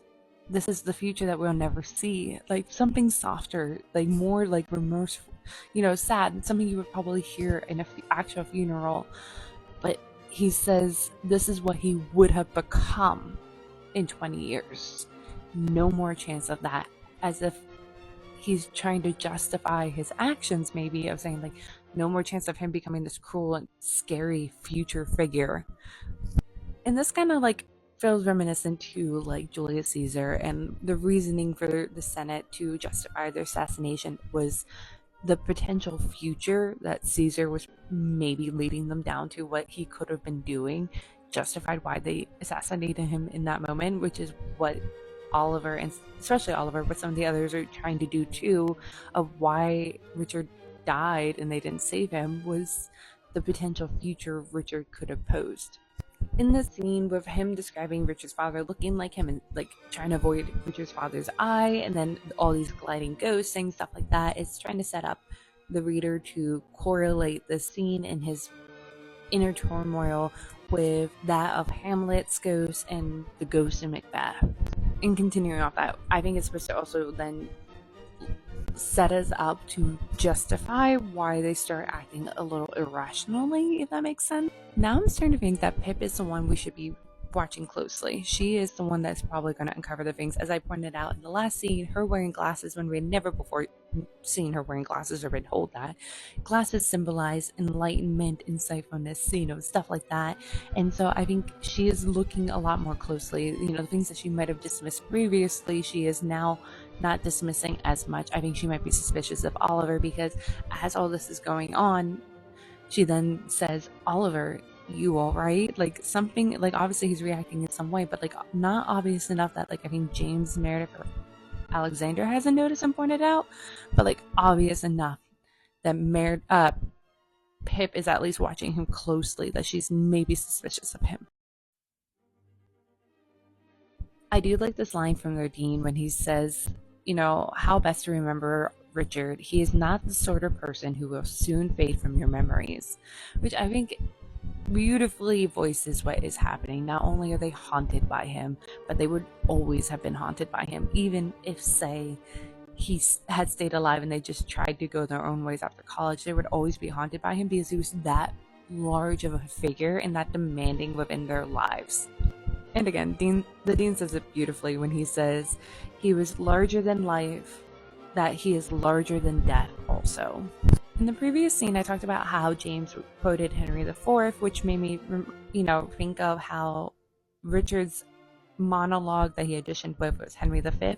And Henry V is being brought up again with the Dean saying that Richard reminded him of Henry V and unfortunately never got to play that role, that Henry V is one of Shakespeare's best beloved and most troublesome heroes, much as Richard was one of ours, which I think does beautifully wrap up Richard a little bit of how he was seen by everyone and described even by Oliver. But I don't know as much about Henry V, and now I'm wondering if did I make a video? I don't know if I made a video about Henry V doing a breakdown, so I think I will be soon doing an addendum video talking about Henry V and that Shakespeare play and how that is going to play a role in this, because the fact that Henry V has been brought up this often stands out to me. Here's the thing. I don't know what's true. I don't know what Oliver is making up, because you're definitely not going to remember this much details 10 years later. It seems pretty much impossible to remember that much details without fictionalizing some of it. But like, why then have him saying that Alexander had taken Philippa's other hand? He stared straight forward, jaw jutting out when the Dean pulled out a sheet of paper and was about to read some Shakespeare quote. Why draw our attention to that unless he's trying to make maybe Alexander a red herring? I don't know. There's a reason that he's doing this, and I just can't figure it out right now off the top of my head what it could be. I underlined a certain part of the Dean's Shakespeare quote because it plays a role into fate versus free will, which is, again, Oliver's theme that he brought up in Act 1, Scene 6. The line goes, "And with them scourged the bad revolting stars that had consented unto Henry's death."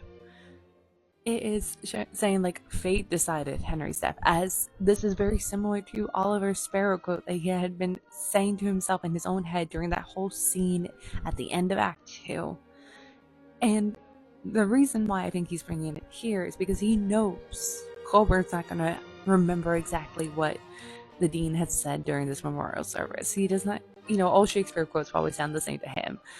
So Oliver can pretend like the Dean said this exact quote, going into what he's trying to do, which is pushing the blame onto anything other than himself and their group. It's another red flag for me on the Meredith front, the fact that she doesn't stand up and talk about him when asked, for friends and family to come up and talk about Richard.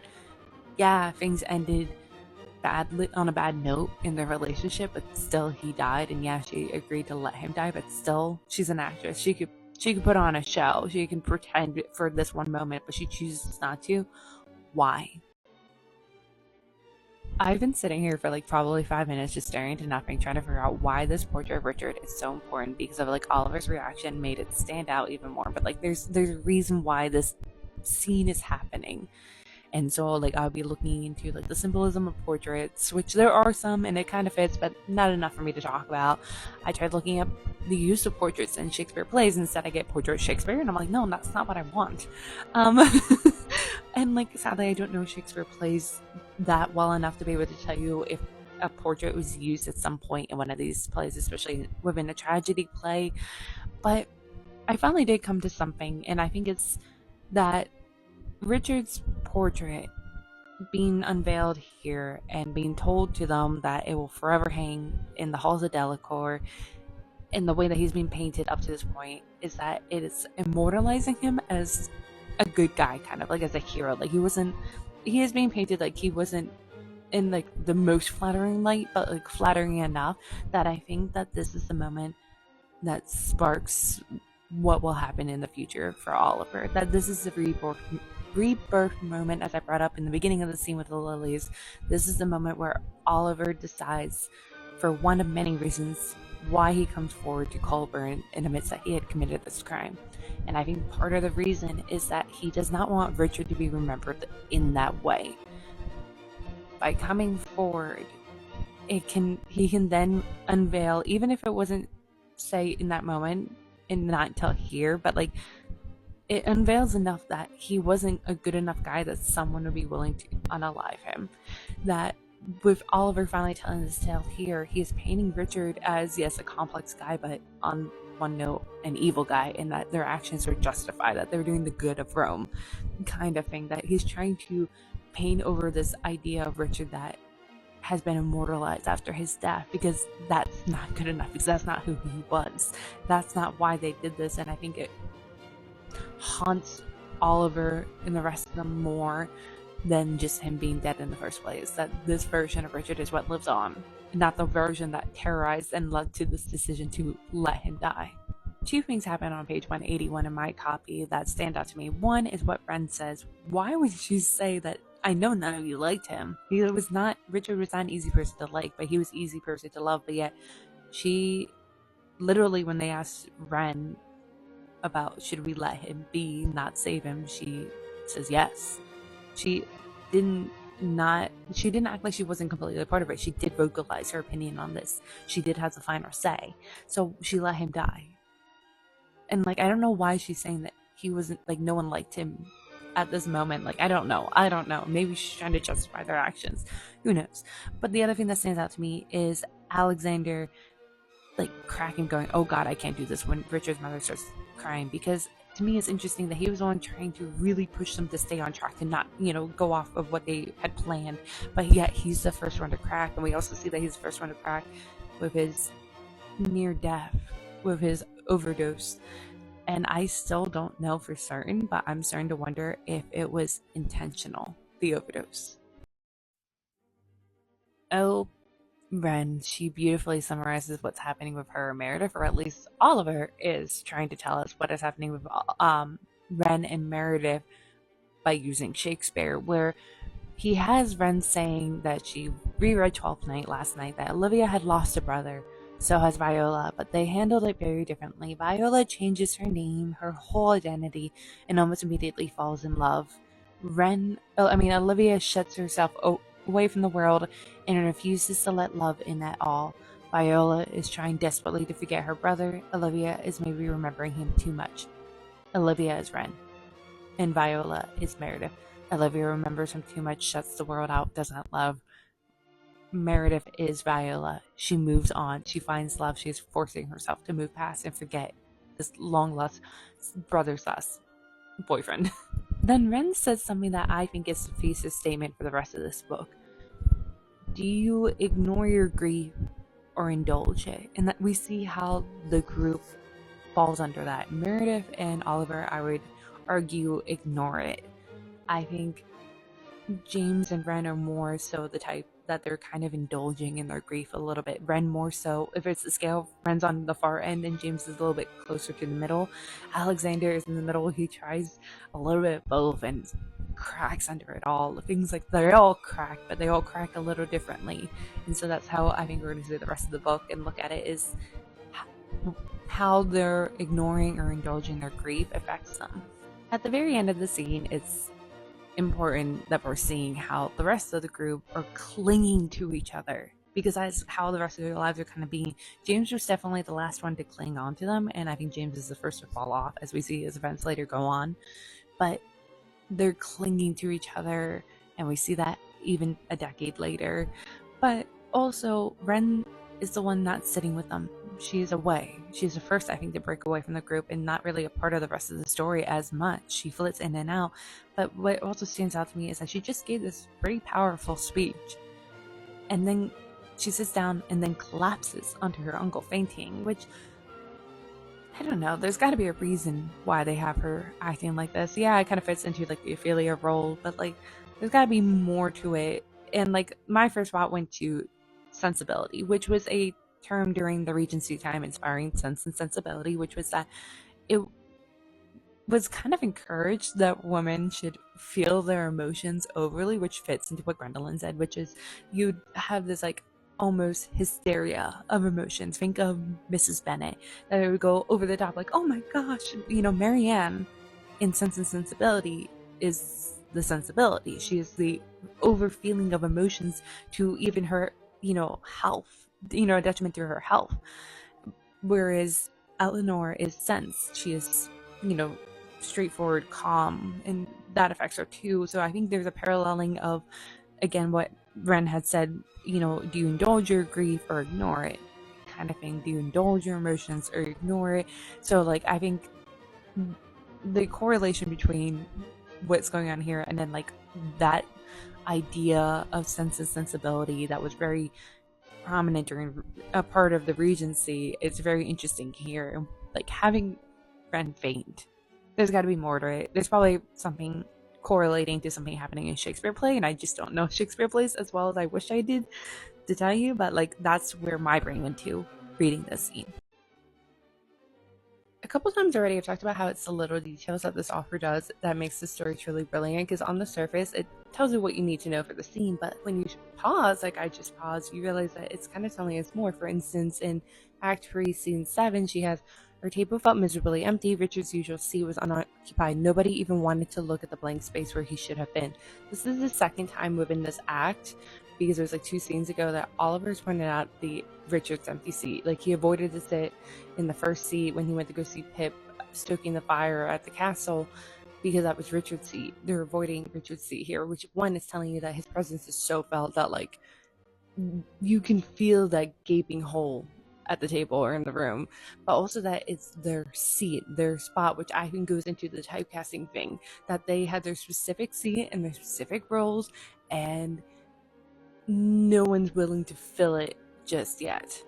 Also, I think it's very important that in this scene we see that Ren is not there with them, that she's already en route to the airport, and in my opinion, I think she's the first to leave the group, that even though she is physically there the rest of the year, I feel like she's not really mentally there with this group, that she's already on the out. She already has one foot hovering outside of this found family, because we don't hear anything about her really in the future. And it definitely seems like the rest of this book focuses so much more on James, Oliver, Alexander, Pip, and Meredith. When Ren's there, she's more becoming a secondary character. She's more supporting other characters' actions and emotions in that moment. But this is coming from what I remember the last time, but I'll keep a closer eye on that too, like that thought. What stands out to me this read through is when they're all kind of describing what's going to happen after Camillo takes them to the airport and they all go their separate ways to Thanksgiving break. They all kind of sound a little sad what their Thanksgiving breaks are going to be, but it's only when Meredith sits, like, my parents would be in Montreal with my older brother and his wife and my other brother, who knows if I'll ever see him if he ever leaves work.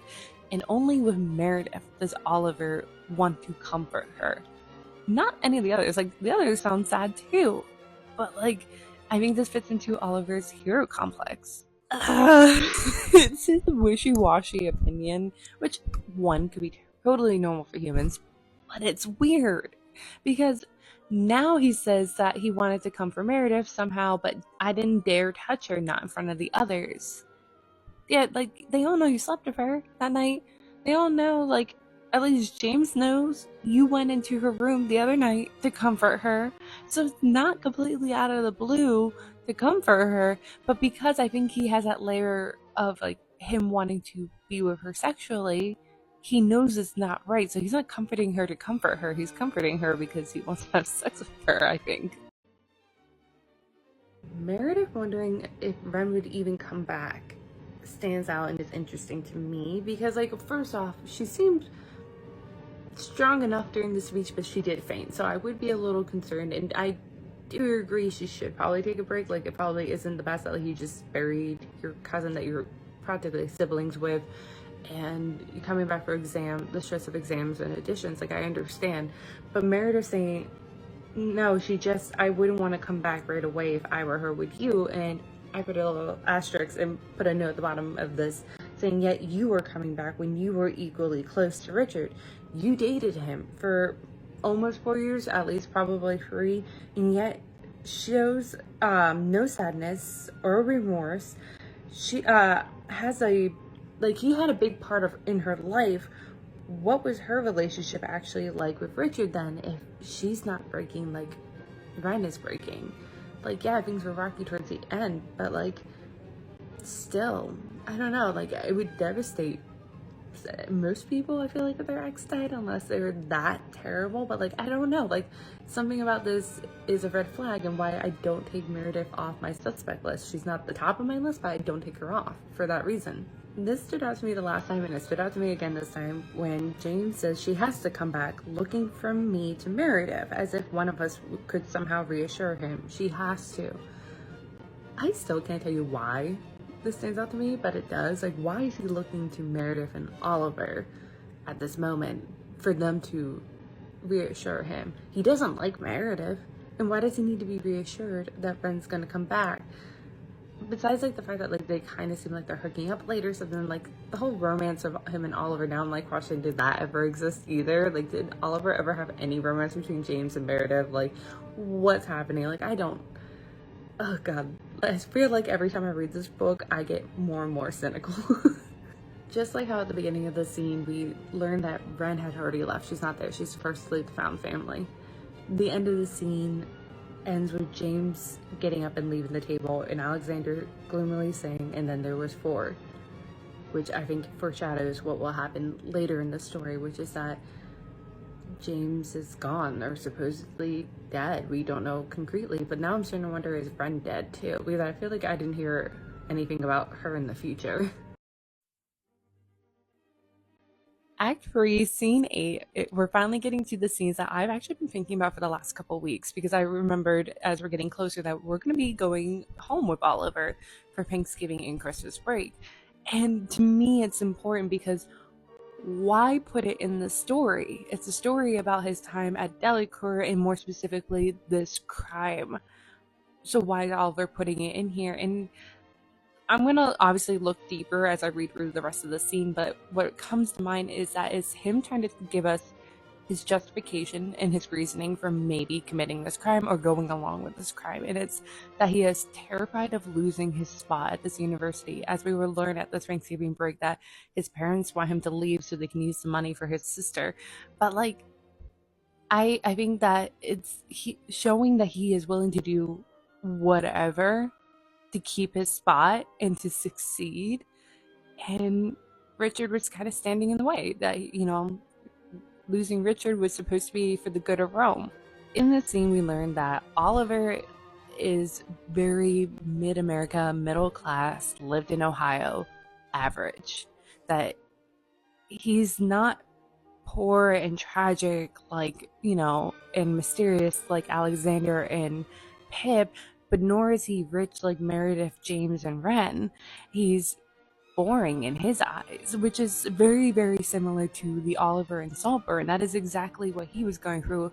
And with both these Olivers, we're seeing in their stories the lengths that they're willing to go to be exceptional, to be someone important, to be someone interesting.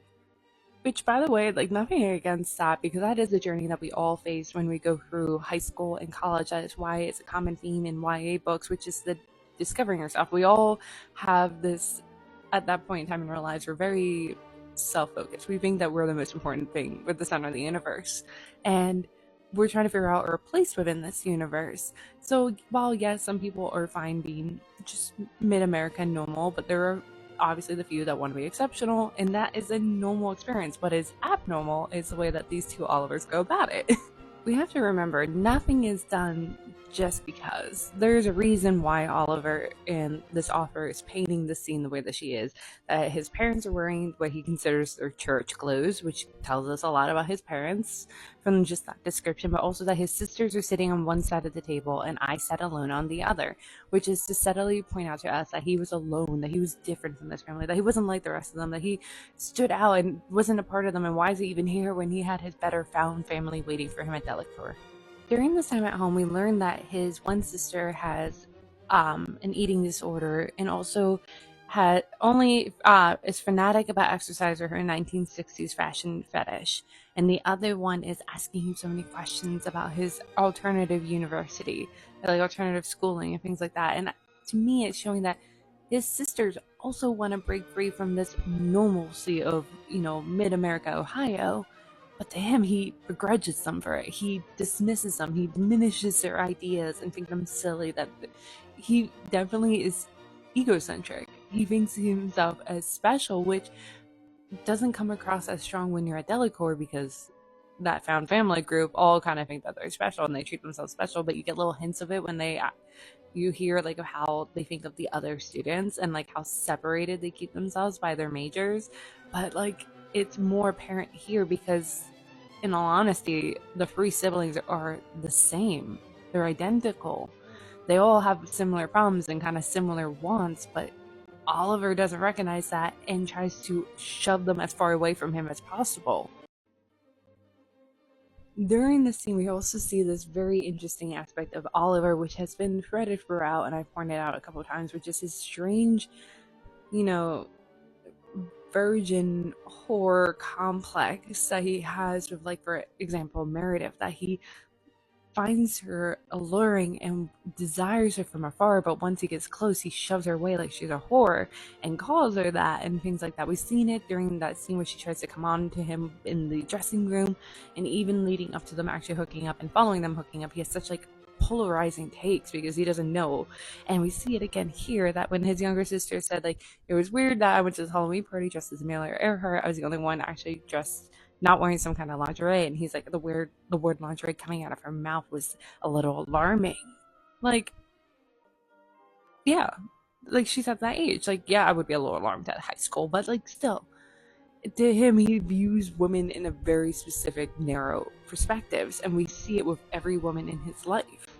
So I read this book last year, and that was when I annotated my copy, and I put an asterisk after, like, his sister continuously asking about Macbeth, like, is there pictures? And I put a note saying, it's actually interesting that Macbeth doesn't make Oliver think of Halloween's incident or Richard or Richard's death. Like, during this scene, he's not thinking about that at all. Like, he's answering their questions and stuff, but he's not thinking about Delacour. He's not thinking about his friends. He's not thinking about the recent death of one of his friends, even if he was a slight rival. He's not thinking of any of these things, even though his sister is prompting him with things that should have prompted these memories. And then what's more interesting is that the thing that does finally make him think of Richard and Richard's death is when his father tells him to stay at the table after they all left and says, your mother and I need to talk to you. And his first thought goes to that, and why? Why is he paranoid? Like, he literally says he's been paranoid hovering around the mailbox waiting for a letter to come from Delacour. Why doesn't he want his parents to know? What is he afraid of? Which, one, I think it's like he's afraid maybe his parents would use that as an excuse to pull him from the university. But, like, I don't know. Like, to me, it just seems like a guilty conscience. And why feel this guilty that you're hiding this from your family? Like, I don't know for certain, but I don't, like, it stands out is what I'm trying to say. It stands out to me. In Act 3, Scene 9, we're talking a little bit about the financial situation, or at least how Oliver is trying to present to us his financial situation, which is that he was very middle class. And we see up to this point his parents obviously could afford to send him to university, at least until now, with situations change. But I think he's also trying to paint that, like, this was out of his hands, once again going to his fate versus agency, that his parents had the control and they decided and picked and choose what they deemed was important enough to fund. And we see that also reflected when he's telling us a little bit about his room. Besides the old production photos and programs, the bookshelf stuff were tattered paperbacks purchased for single dollars and quarters from used bookstores and library sales, trying to point to us that they didn't deem reading or what he's doing with his life as important enough to fund it. And it also is standing out to me because I think the way that he presents everyone is that they have money. But if you think about Pip and Alexander's family or home situation, you shouldn't, don't. I don't know about Pip. We don't know anything about Pip. That's the thing. But with Alexander, he bought a whole bottle of alcohol. So, like, where is he getting money from? Because we don't hear about any of them working, especially when he starts having to work. We don't hear about any of them working. And I never thought about Alexander, where he was getting his money from until now. But now I'm really curious. In this scene, Oliver tells us very specifically about 3 Shakespeare plays: Twelfth Night, Measure for Measure, and Cymbeline, and they stand out to me. Now, Twelfth Night, I actually can't think of why he's referencing this, because based off my very limited knowledge of the plot of Twelfth Night, thanks mostly to She's the Man and Twelfth Night by Olivia Blake, that YA rom-com retelling that she just is putting out soon. I can't see how that plot of that relates to this off the top of my head. I might have to sit with that a little bit longer and maybe do an addendum video, but, like, Measure for Measure is actually the play that Richard had quoted, which was the very first quote of this book in Act 1, Scene 1. The very first, like, dialogue was from Richard, and it's from this play. So in my mind, I associate Richard with this play. We've seen it quoted a couple times throughout the story. Don't quote me on this, but I think mostly from Richard. But the interesting thing is that Oliver is bringing it up now, which is that right in my brain, Oliver's connecting himself to a play that I associate with Richard, which is interesting because he does kind of slide into Richard's spot as we go forward in the story. But the other one is Cymbeline, which is surprisingly quoted a lot in this book for a play that is not well known. I've never heard of it before. And when I read it last time and annotated this book, I noticed that not only was Cymbeline quoted a lot, but it was quoted only by Oliver Meredith. So it's interesting that he's bringing it up and literally putting these three plays in front of our faces as if to say, dig into these.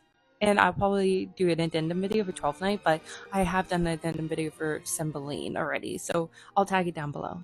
In one line, Oliver very plainly tells us, Coburn, all the readers, that he is willing to go however far to stay at Delacour and keep his place and, become successful because he can't imagine his life without Shakespeare in it. And he says it here, I decided soberly without hesitation that I would rob a bank or sell a kidney before I'd let such things happen. So, who's to say that he wouldn't let murder happen to keep his place there? When Oliver tells his sister that I can't not go back to Delacour, and she says, why? I don't know. It's just I don't want to be anywhere else. James and Philippa and Alexander and Ren and Meredith, they're like family. I'd admitted Richard without even meaning to, which stands out to me that how easily he has already cut Richard from this picture. It's only been a couple days, a week, and he's already cut him out completely, which I don't know. Obviously humans react differently to death and stuff like that. And it's not cut and dry, but to me, it stands out that, I feel like it would take some time to recognize that Richard's no longer there, especially when they still don't even sit in his seats. His presence was still felt at Delacour, but yet here he cuts him out, and in part it makes me, again, suspicious of him, that maybe it's easy to cut him out because you cut him out, if that makes sense. I'm very suspicious of Oliver this read through. What Oliver tells his sister Caroline when she said we used to fit together, and he goes, no, we didn't. You were just too young to figure it out. Don't worry, I love her just like I'm supposed to. I just don't like her very much. And I read an annotation last time saying you could say the very same thing about his found family, that he does love them, but he doesn't like them very much at times. And he literally said something very similar when it came to Richard.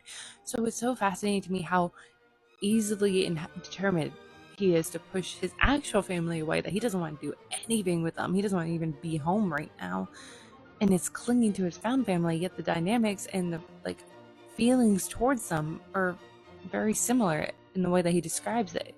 Okay, once again, I will admit, I am very, very suspicious of Oliver. This read through, I am looking at everything with the lens that he did it. So when he says that the evocative words slip through the mental barrier I built to keep Richard out. Why? Why did you have to build a mental barrier to keep Richard out? Yeah, he was a little annoying and kind of bullying at times, but you did say you used to love him, so why did you have to keep Richard out unless he is your telltale heart beating under the floorboards? On page 192, Oliver literally tells us a quote from the book he's reading. The mimesis of conflict means more solidarity among those who can fight the same enemy together and who promise one another to do so. Nothing unites men like a common enemy. And I brought up this literal definition the last time he read this book. Now, he didn't bring up this definition the last time he read this book in Act 2, but I did. I looked it up to see why it was important. Now I'm going to talk about why I think it's being brought up again, which is that when it was brought up before, it was right before the assassination scene for Julius Caesar, that whole performance. It's bringing up now because I think in this moment, Oliver's realizing we had that common enemy, that it was all of us against Richard. But what's going to happen now that we don't have Richard? Who are they going to turn towards? And I think it's starting to bleed through of what am I going to do now? How are we going to stay together? Because he's already seeing the writing on the wall that they're already kind of falling apart. And he's a little bit like Pip, where he needs his found family to stick together, as he just said to his sister Caroline, that he's going back for his found family, that he is very determined to do whatever it takes, not only to go to Delacour, but stick with his found family. And so, he needs to find a new enemy, and I think the rest of the book is him struggling to figure out who to point it towards, I guess. The brilliance of this book is the many times where you have dual interpretations of the words. So on one side, when Oliver says, I asked myself again what made me do it. Was it something so defensible as fear, or was it petty retribution envy, opportunism. In this moment, he's trying to structure the sentence and present it to us like, why did we so easily agree with Alexander's, suggestion to do nothing, to not save Richard? However, he says, you know, I asked myself what made me do it. So you could also interpret the same sentiment and same thoughts as what made him maybe kill Richard. Again, I'm really suspicious of Oliver this time. So a question I had asked myself the last scene, but I'm asking myself again, is why did he take the time to bring us home with him for Thanksgiving break? The point of the story is the crime surrounding Richard's death, what happened there. So going home shouldn't have been important, but obviously it is. And to me, in this read-through, my thoughts went to, I think it's to show us his motivations of going forward, of why he kind of did what he did and what he's going to do going forward, which is that, as we know, his spot at Delacour was not guaranteed. Richard was a threat. Maybe if Richard didn't have that typecasting role automatically given to him, it would leave some openings for Oliver to then step up and maybe succeed and do well in this career that he can't imagine his life not having, or being at this university he can't imagine himself not being at. So he's willing to do whatever to keep on this path, even if it means killing one of his, found family friends. And why it's coming up now also is that everyone's kind of flailing. They're all like disjointed. They don't know. They're not sticking together, not found family too much. They're kind of floating around leading up to him going home, throughout Act 3 so far. But yet with everything that's going on, or this scene specifically, of him thinking about a lot of things, or spending a lot of time in internal monologue, is pointing out what he's willing to do going forward, what he is willing to kind of scavenge to keep, and why he kind of starts acting the way he does, which I think goes back to the mimesis, is that he's trying to find a common enemy, and in this situation he is looking for someone to blame on this crime. And at least the way he's trying to present it is that he was trying to look for someone to blame, like who committed this crime, found out it was James, but then he's in love with James and he took his spot, so heroically, maybe.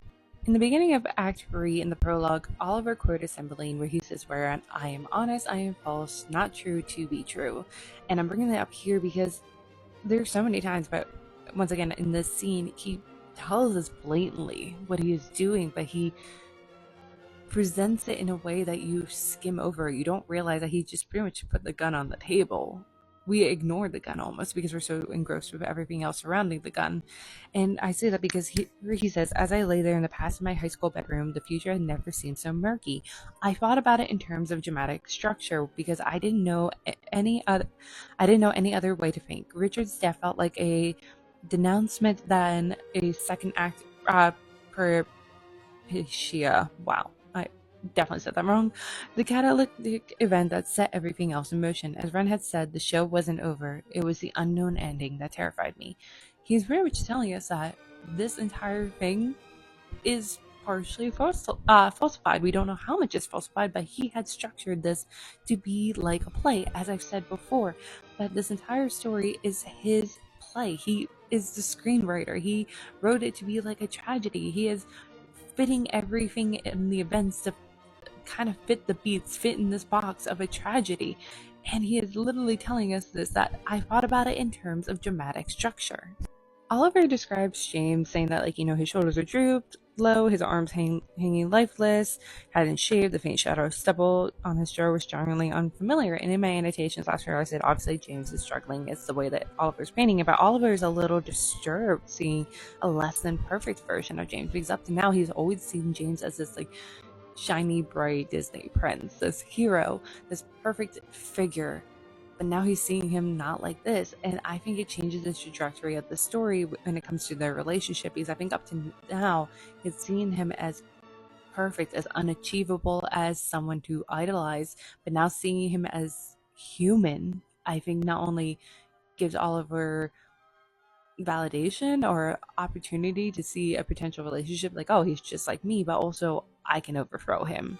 I can overthrow and take his spot as a hero, because I think Oliver is a little power hungry, if that makes sense. I think he is willing to do what it takes to get a spot at the table, if that makes sense. I had never stopped to think about the importance of James showing up in the scene right now because every other time I've read this book, I'm just so excited he's there because I really love him. I really love the romance of the story, and I'm such a James fan. I have a friend who doesn't like him, and I'm like, how? But like, I understand. I understand that I am being swayed by Oliver, who's presenting him in a very biased way. But I just love James. However, this time I'm like, but why is he there? Because this time I'm now starting to think, what if the scene really didn't actually happen? I can see that the scene didn't actually happen. That he's just putting it in here to start to like present to us the beginning of James's downfall, his gothic descent, his fall from into madness, kind of like presenting the trajectory of his future events for the rest of the story, at least for James. But to me, it's very interesting because it's coming right after him giving us that mimesis of conflict quote, which is a common enemy. And to me, it's like, who are we gonna pin this all on? Who are we gonna fixate? James then appears, and it's James that he is kind of pinning the crime on in this version of the story. Yes, Oliver went to jail for him, but he's blaming James. So who's to say that James actually did commit this crime? Because up to this point, there's very little evidence that points towards him being capable. Doesn't mean that it can't be, but I don't really think so. Not as much as I think Oliver is more so capable of this crime. So it's interesting, and you're wondering, why is he now saying that James did it, in the way that he's trying to change or trying to present the narrative as in that James did do it, and the reason why he is bringing him in this moment when he is thinking about Meredith and going to see her, and thinking about Richard and thinking about Explicit Delacour, and then James comes in as though maybe presenting him like he's the reason, motivating him to follow through with the beginnings of this plan of to do whatever it takes to stay at this university and keep his found family, like, or whatever. But it's just interesting that James is presented now. I'm rambling. I don't know for sure. I would love to hear what other people think, but like, it's interesting that James is coming in this moment when they're at home. And continuing off that, we immediately get this very romantic moment of, like, James suggesting, why don't we just share the bed? And it's fascinating because leading up to this point, we've never really seen something like this. Like, yeah, we've seen kind of romantic tension, but you can very easily dismiss it as that they're just really close friends. But in this moment, it suddenly changes, which is interesting that it happens following Oliver seeing a less than perfect version of James and what I had just said previously. Okay, this is really interesting to me because as James is kind of as Oliver is undressing James for bed, helping him because he's just dead on his feet, he notes the ghost of bruises still staining his wrists and forearms green, but he doesn't think about Richard or feeling validated for what they did, which is what you think about. No, he brings up a moment of the two of them when they had been in California previously and when they had slept on the beach in Del Nor. So, like, it feels jarring. Like, when I read it the last two times, it didn't feel jarring. But like in this moment, yeah, like, why are you thinking that when you see the bruises? But this is also setting us up for, obviously, the finale. This little flashback that we're getting is setting us up for what happens at the very end. Wait, I just had this theory, and then I realized it's completely impossible because Oliver was still in prison. But like, a thought of mine was that Oliver killed James, because like, it's interesting that he thought about the bruises on his arms, which links to Richard, but then he immediately brings up a memory of the beach, which is where, supposedly James had committed suicide later in the book. So like, a part of me is like, did he kill him? And then I'm like, no, he's still in prison, so that's impossible. But like, I don't know. I don't think he killed him, but like, I don't know. Maybe he's in hiding away from Oliver, trying to avoid him. He's scared of Oliver now. I don't know. But like, it's really interesting that that is where my brain went in this moment. The reason why I really love the relationship is that we get lines like this where, he reached for the lamp and the darkness fell down from the ceiling. With it came a soft, senseless panic. I couldn't see James anymore. I fought the impulse to grope across the bed until I found his arm. I spoke out loud just to hear him reply. And it's like, he needs James. James is his anchor, and that makes it like another interesting notch in this relationship with this. It's so fascinating the way that he sees James and the way that they interact, and the way he sees him as a hero and as an anchor, but yet like a rival, and just there's so much there that like I could literally lose my mind trying to unpack this relationship, just this relationship. Once again, Oliver is doing what I had said with the sibling quote, wherein I am honest, I am false, true, not true to be true. He is once again putting the gun on the table. He is blatantly telling us what is happening, but is structured in a way that we skim over it. And it's him saying that, like, bringing up the sparrow from Hamlet, James saying, yeah, you said let be. Oliver saying, I mean, I understand it, but it doesn't make sense. After trying for so long to settle the score and restore some kind of order, suddenly Hamlet is a fatalist. And he's, obviously talking about both Hamlet and Richard in this moment. But then James says, I think you understand it perfectly. Nothing makes sense to him either. His whole world is falling apart. And once he realizes he can't stop it or fix it or change it, there's only one thing left to do. What's that? Absolve himself. Blame it on fate. Which goes into Oliver's theme that he had referenced in Act 1, Scene 6, fate versus agency. And we see this throughout the entirety of the story. I brought up so many times already. Oliver is positioning the story to be able to push the blame off onto anyone and everything other than himself, and sometimes even the group. But there are times he does blame the group too. But he's pushing it onto fate. But it's interesting that he is having James say this out loud, as though not to be like, oh, this is what I'm doing, to push our attention away and not realize that that is what he is doing. He is, when I am honest, I am false. Act 3, Scene 10 opens with a line of Oliver saying, unlike a few nights I'd spent lying next to Meredith at Hollisworth Hall, our house, I was instantly acutely aware of him. And it's so romantic. I do swoon at like stuff like this with a relationship, and I don't know, I feel like this read through I've become a little bit more cynical than my last couple read throughs of this book, and I'm just sitting here thinking, why is he telling us this? Why is he painting this picture? Why is he trying to show like, oh, I hooked up with Meredith, like she's the sexiest girl in our class, blah blah blah, but simultaneously shoving her away like she's and calling her a whore pretty much. Why is he doing that? Why is he painting Meredith in this specific way, in a very negative way too, for someone that, one, wanted to hook up with her, and two, has a hero savior complex around her with his actions that he's presenting? But then like everything around James, I'm so curious of like, did he genuinely have feelings because he didn't realize it till this year, and what made him finally realize it? Because like there's nothing really stands out. Like, I love the relationship, I live for it, it's so cute, but like, why is this part of the story, besides it applying to his hero savior complex and him seeing all James as his kind of damsel in distress, very childlike, very like he needs to be protected by him? But why?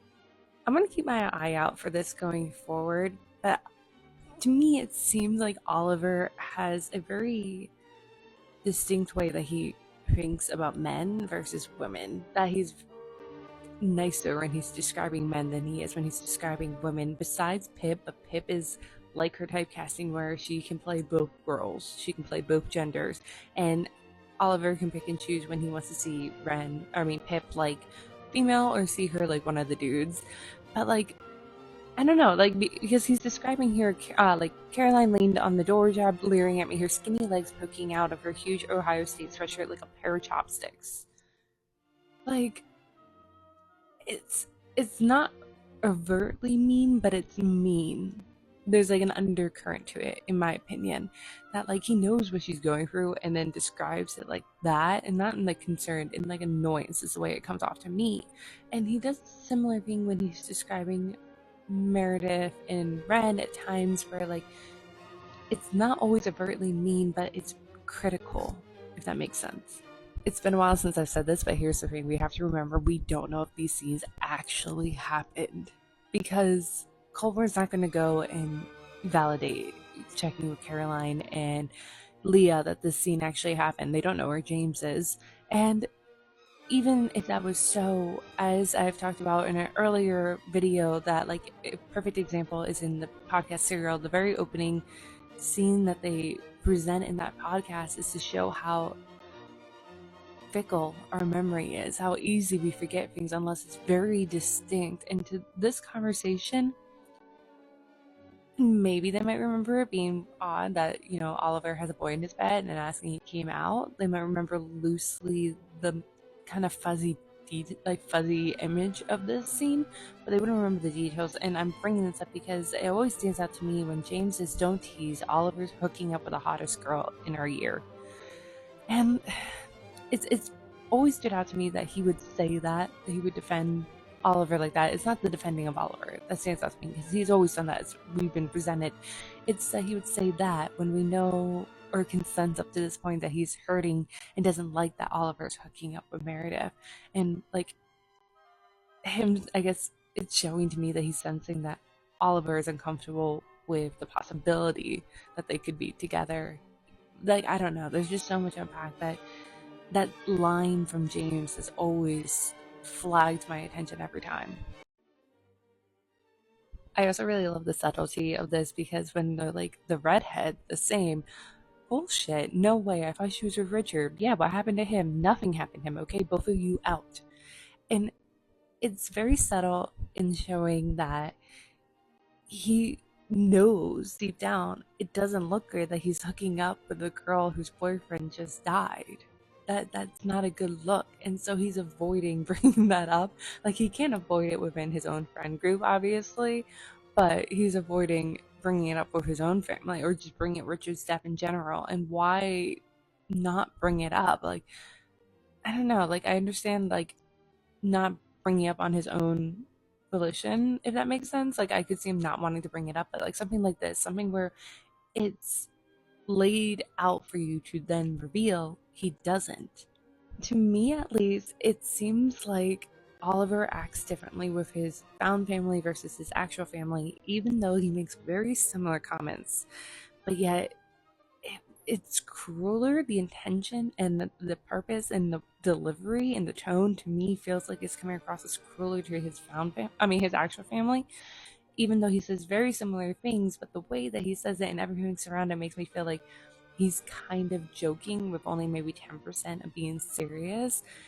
But there's nothing I can point out in the book to say why I feel like this. Like, there's nothing that he actually does besides maybe him saying like, "I immediately regret the remark but don't apologize," is the only thing that I could show as maybe why I'm thinking that he is crueler to his actual family but makes very similar comments with his found family that has a less severe and mean intent behind it.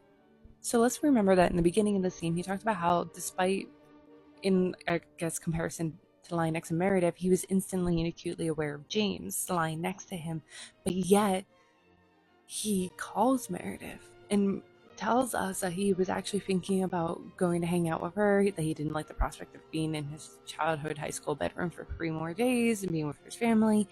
And but then James appeared on the porch, some kind of divine intervention, like fate, and that he's kind of disappointed. And he calls Meredith to let her know, like, he didn't have to because it wasn't concrete. Like, there was nothing written in stone that he was going to go see her anyway. He didn't have to call her.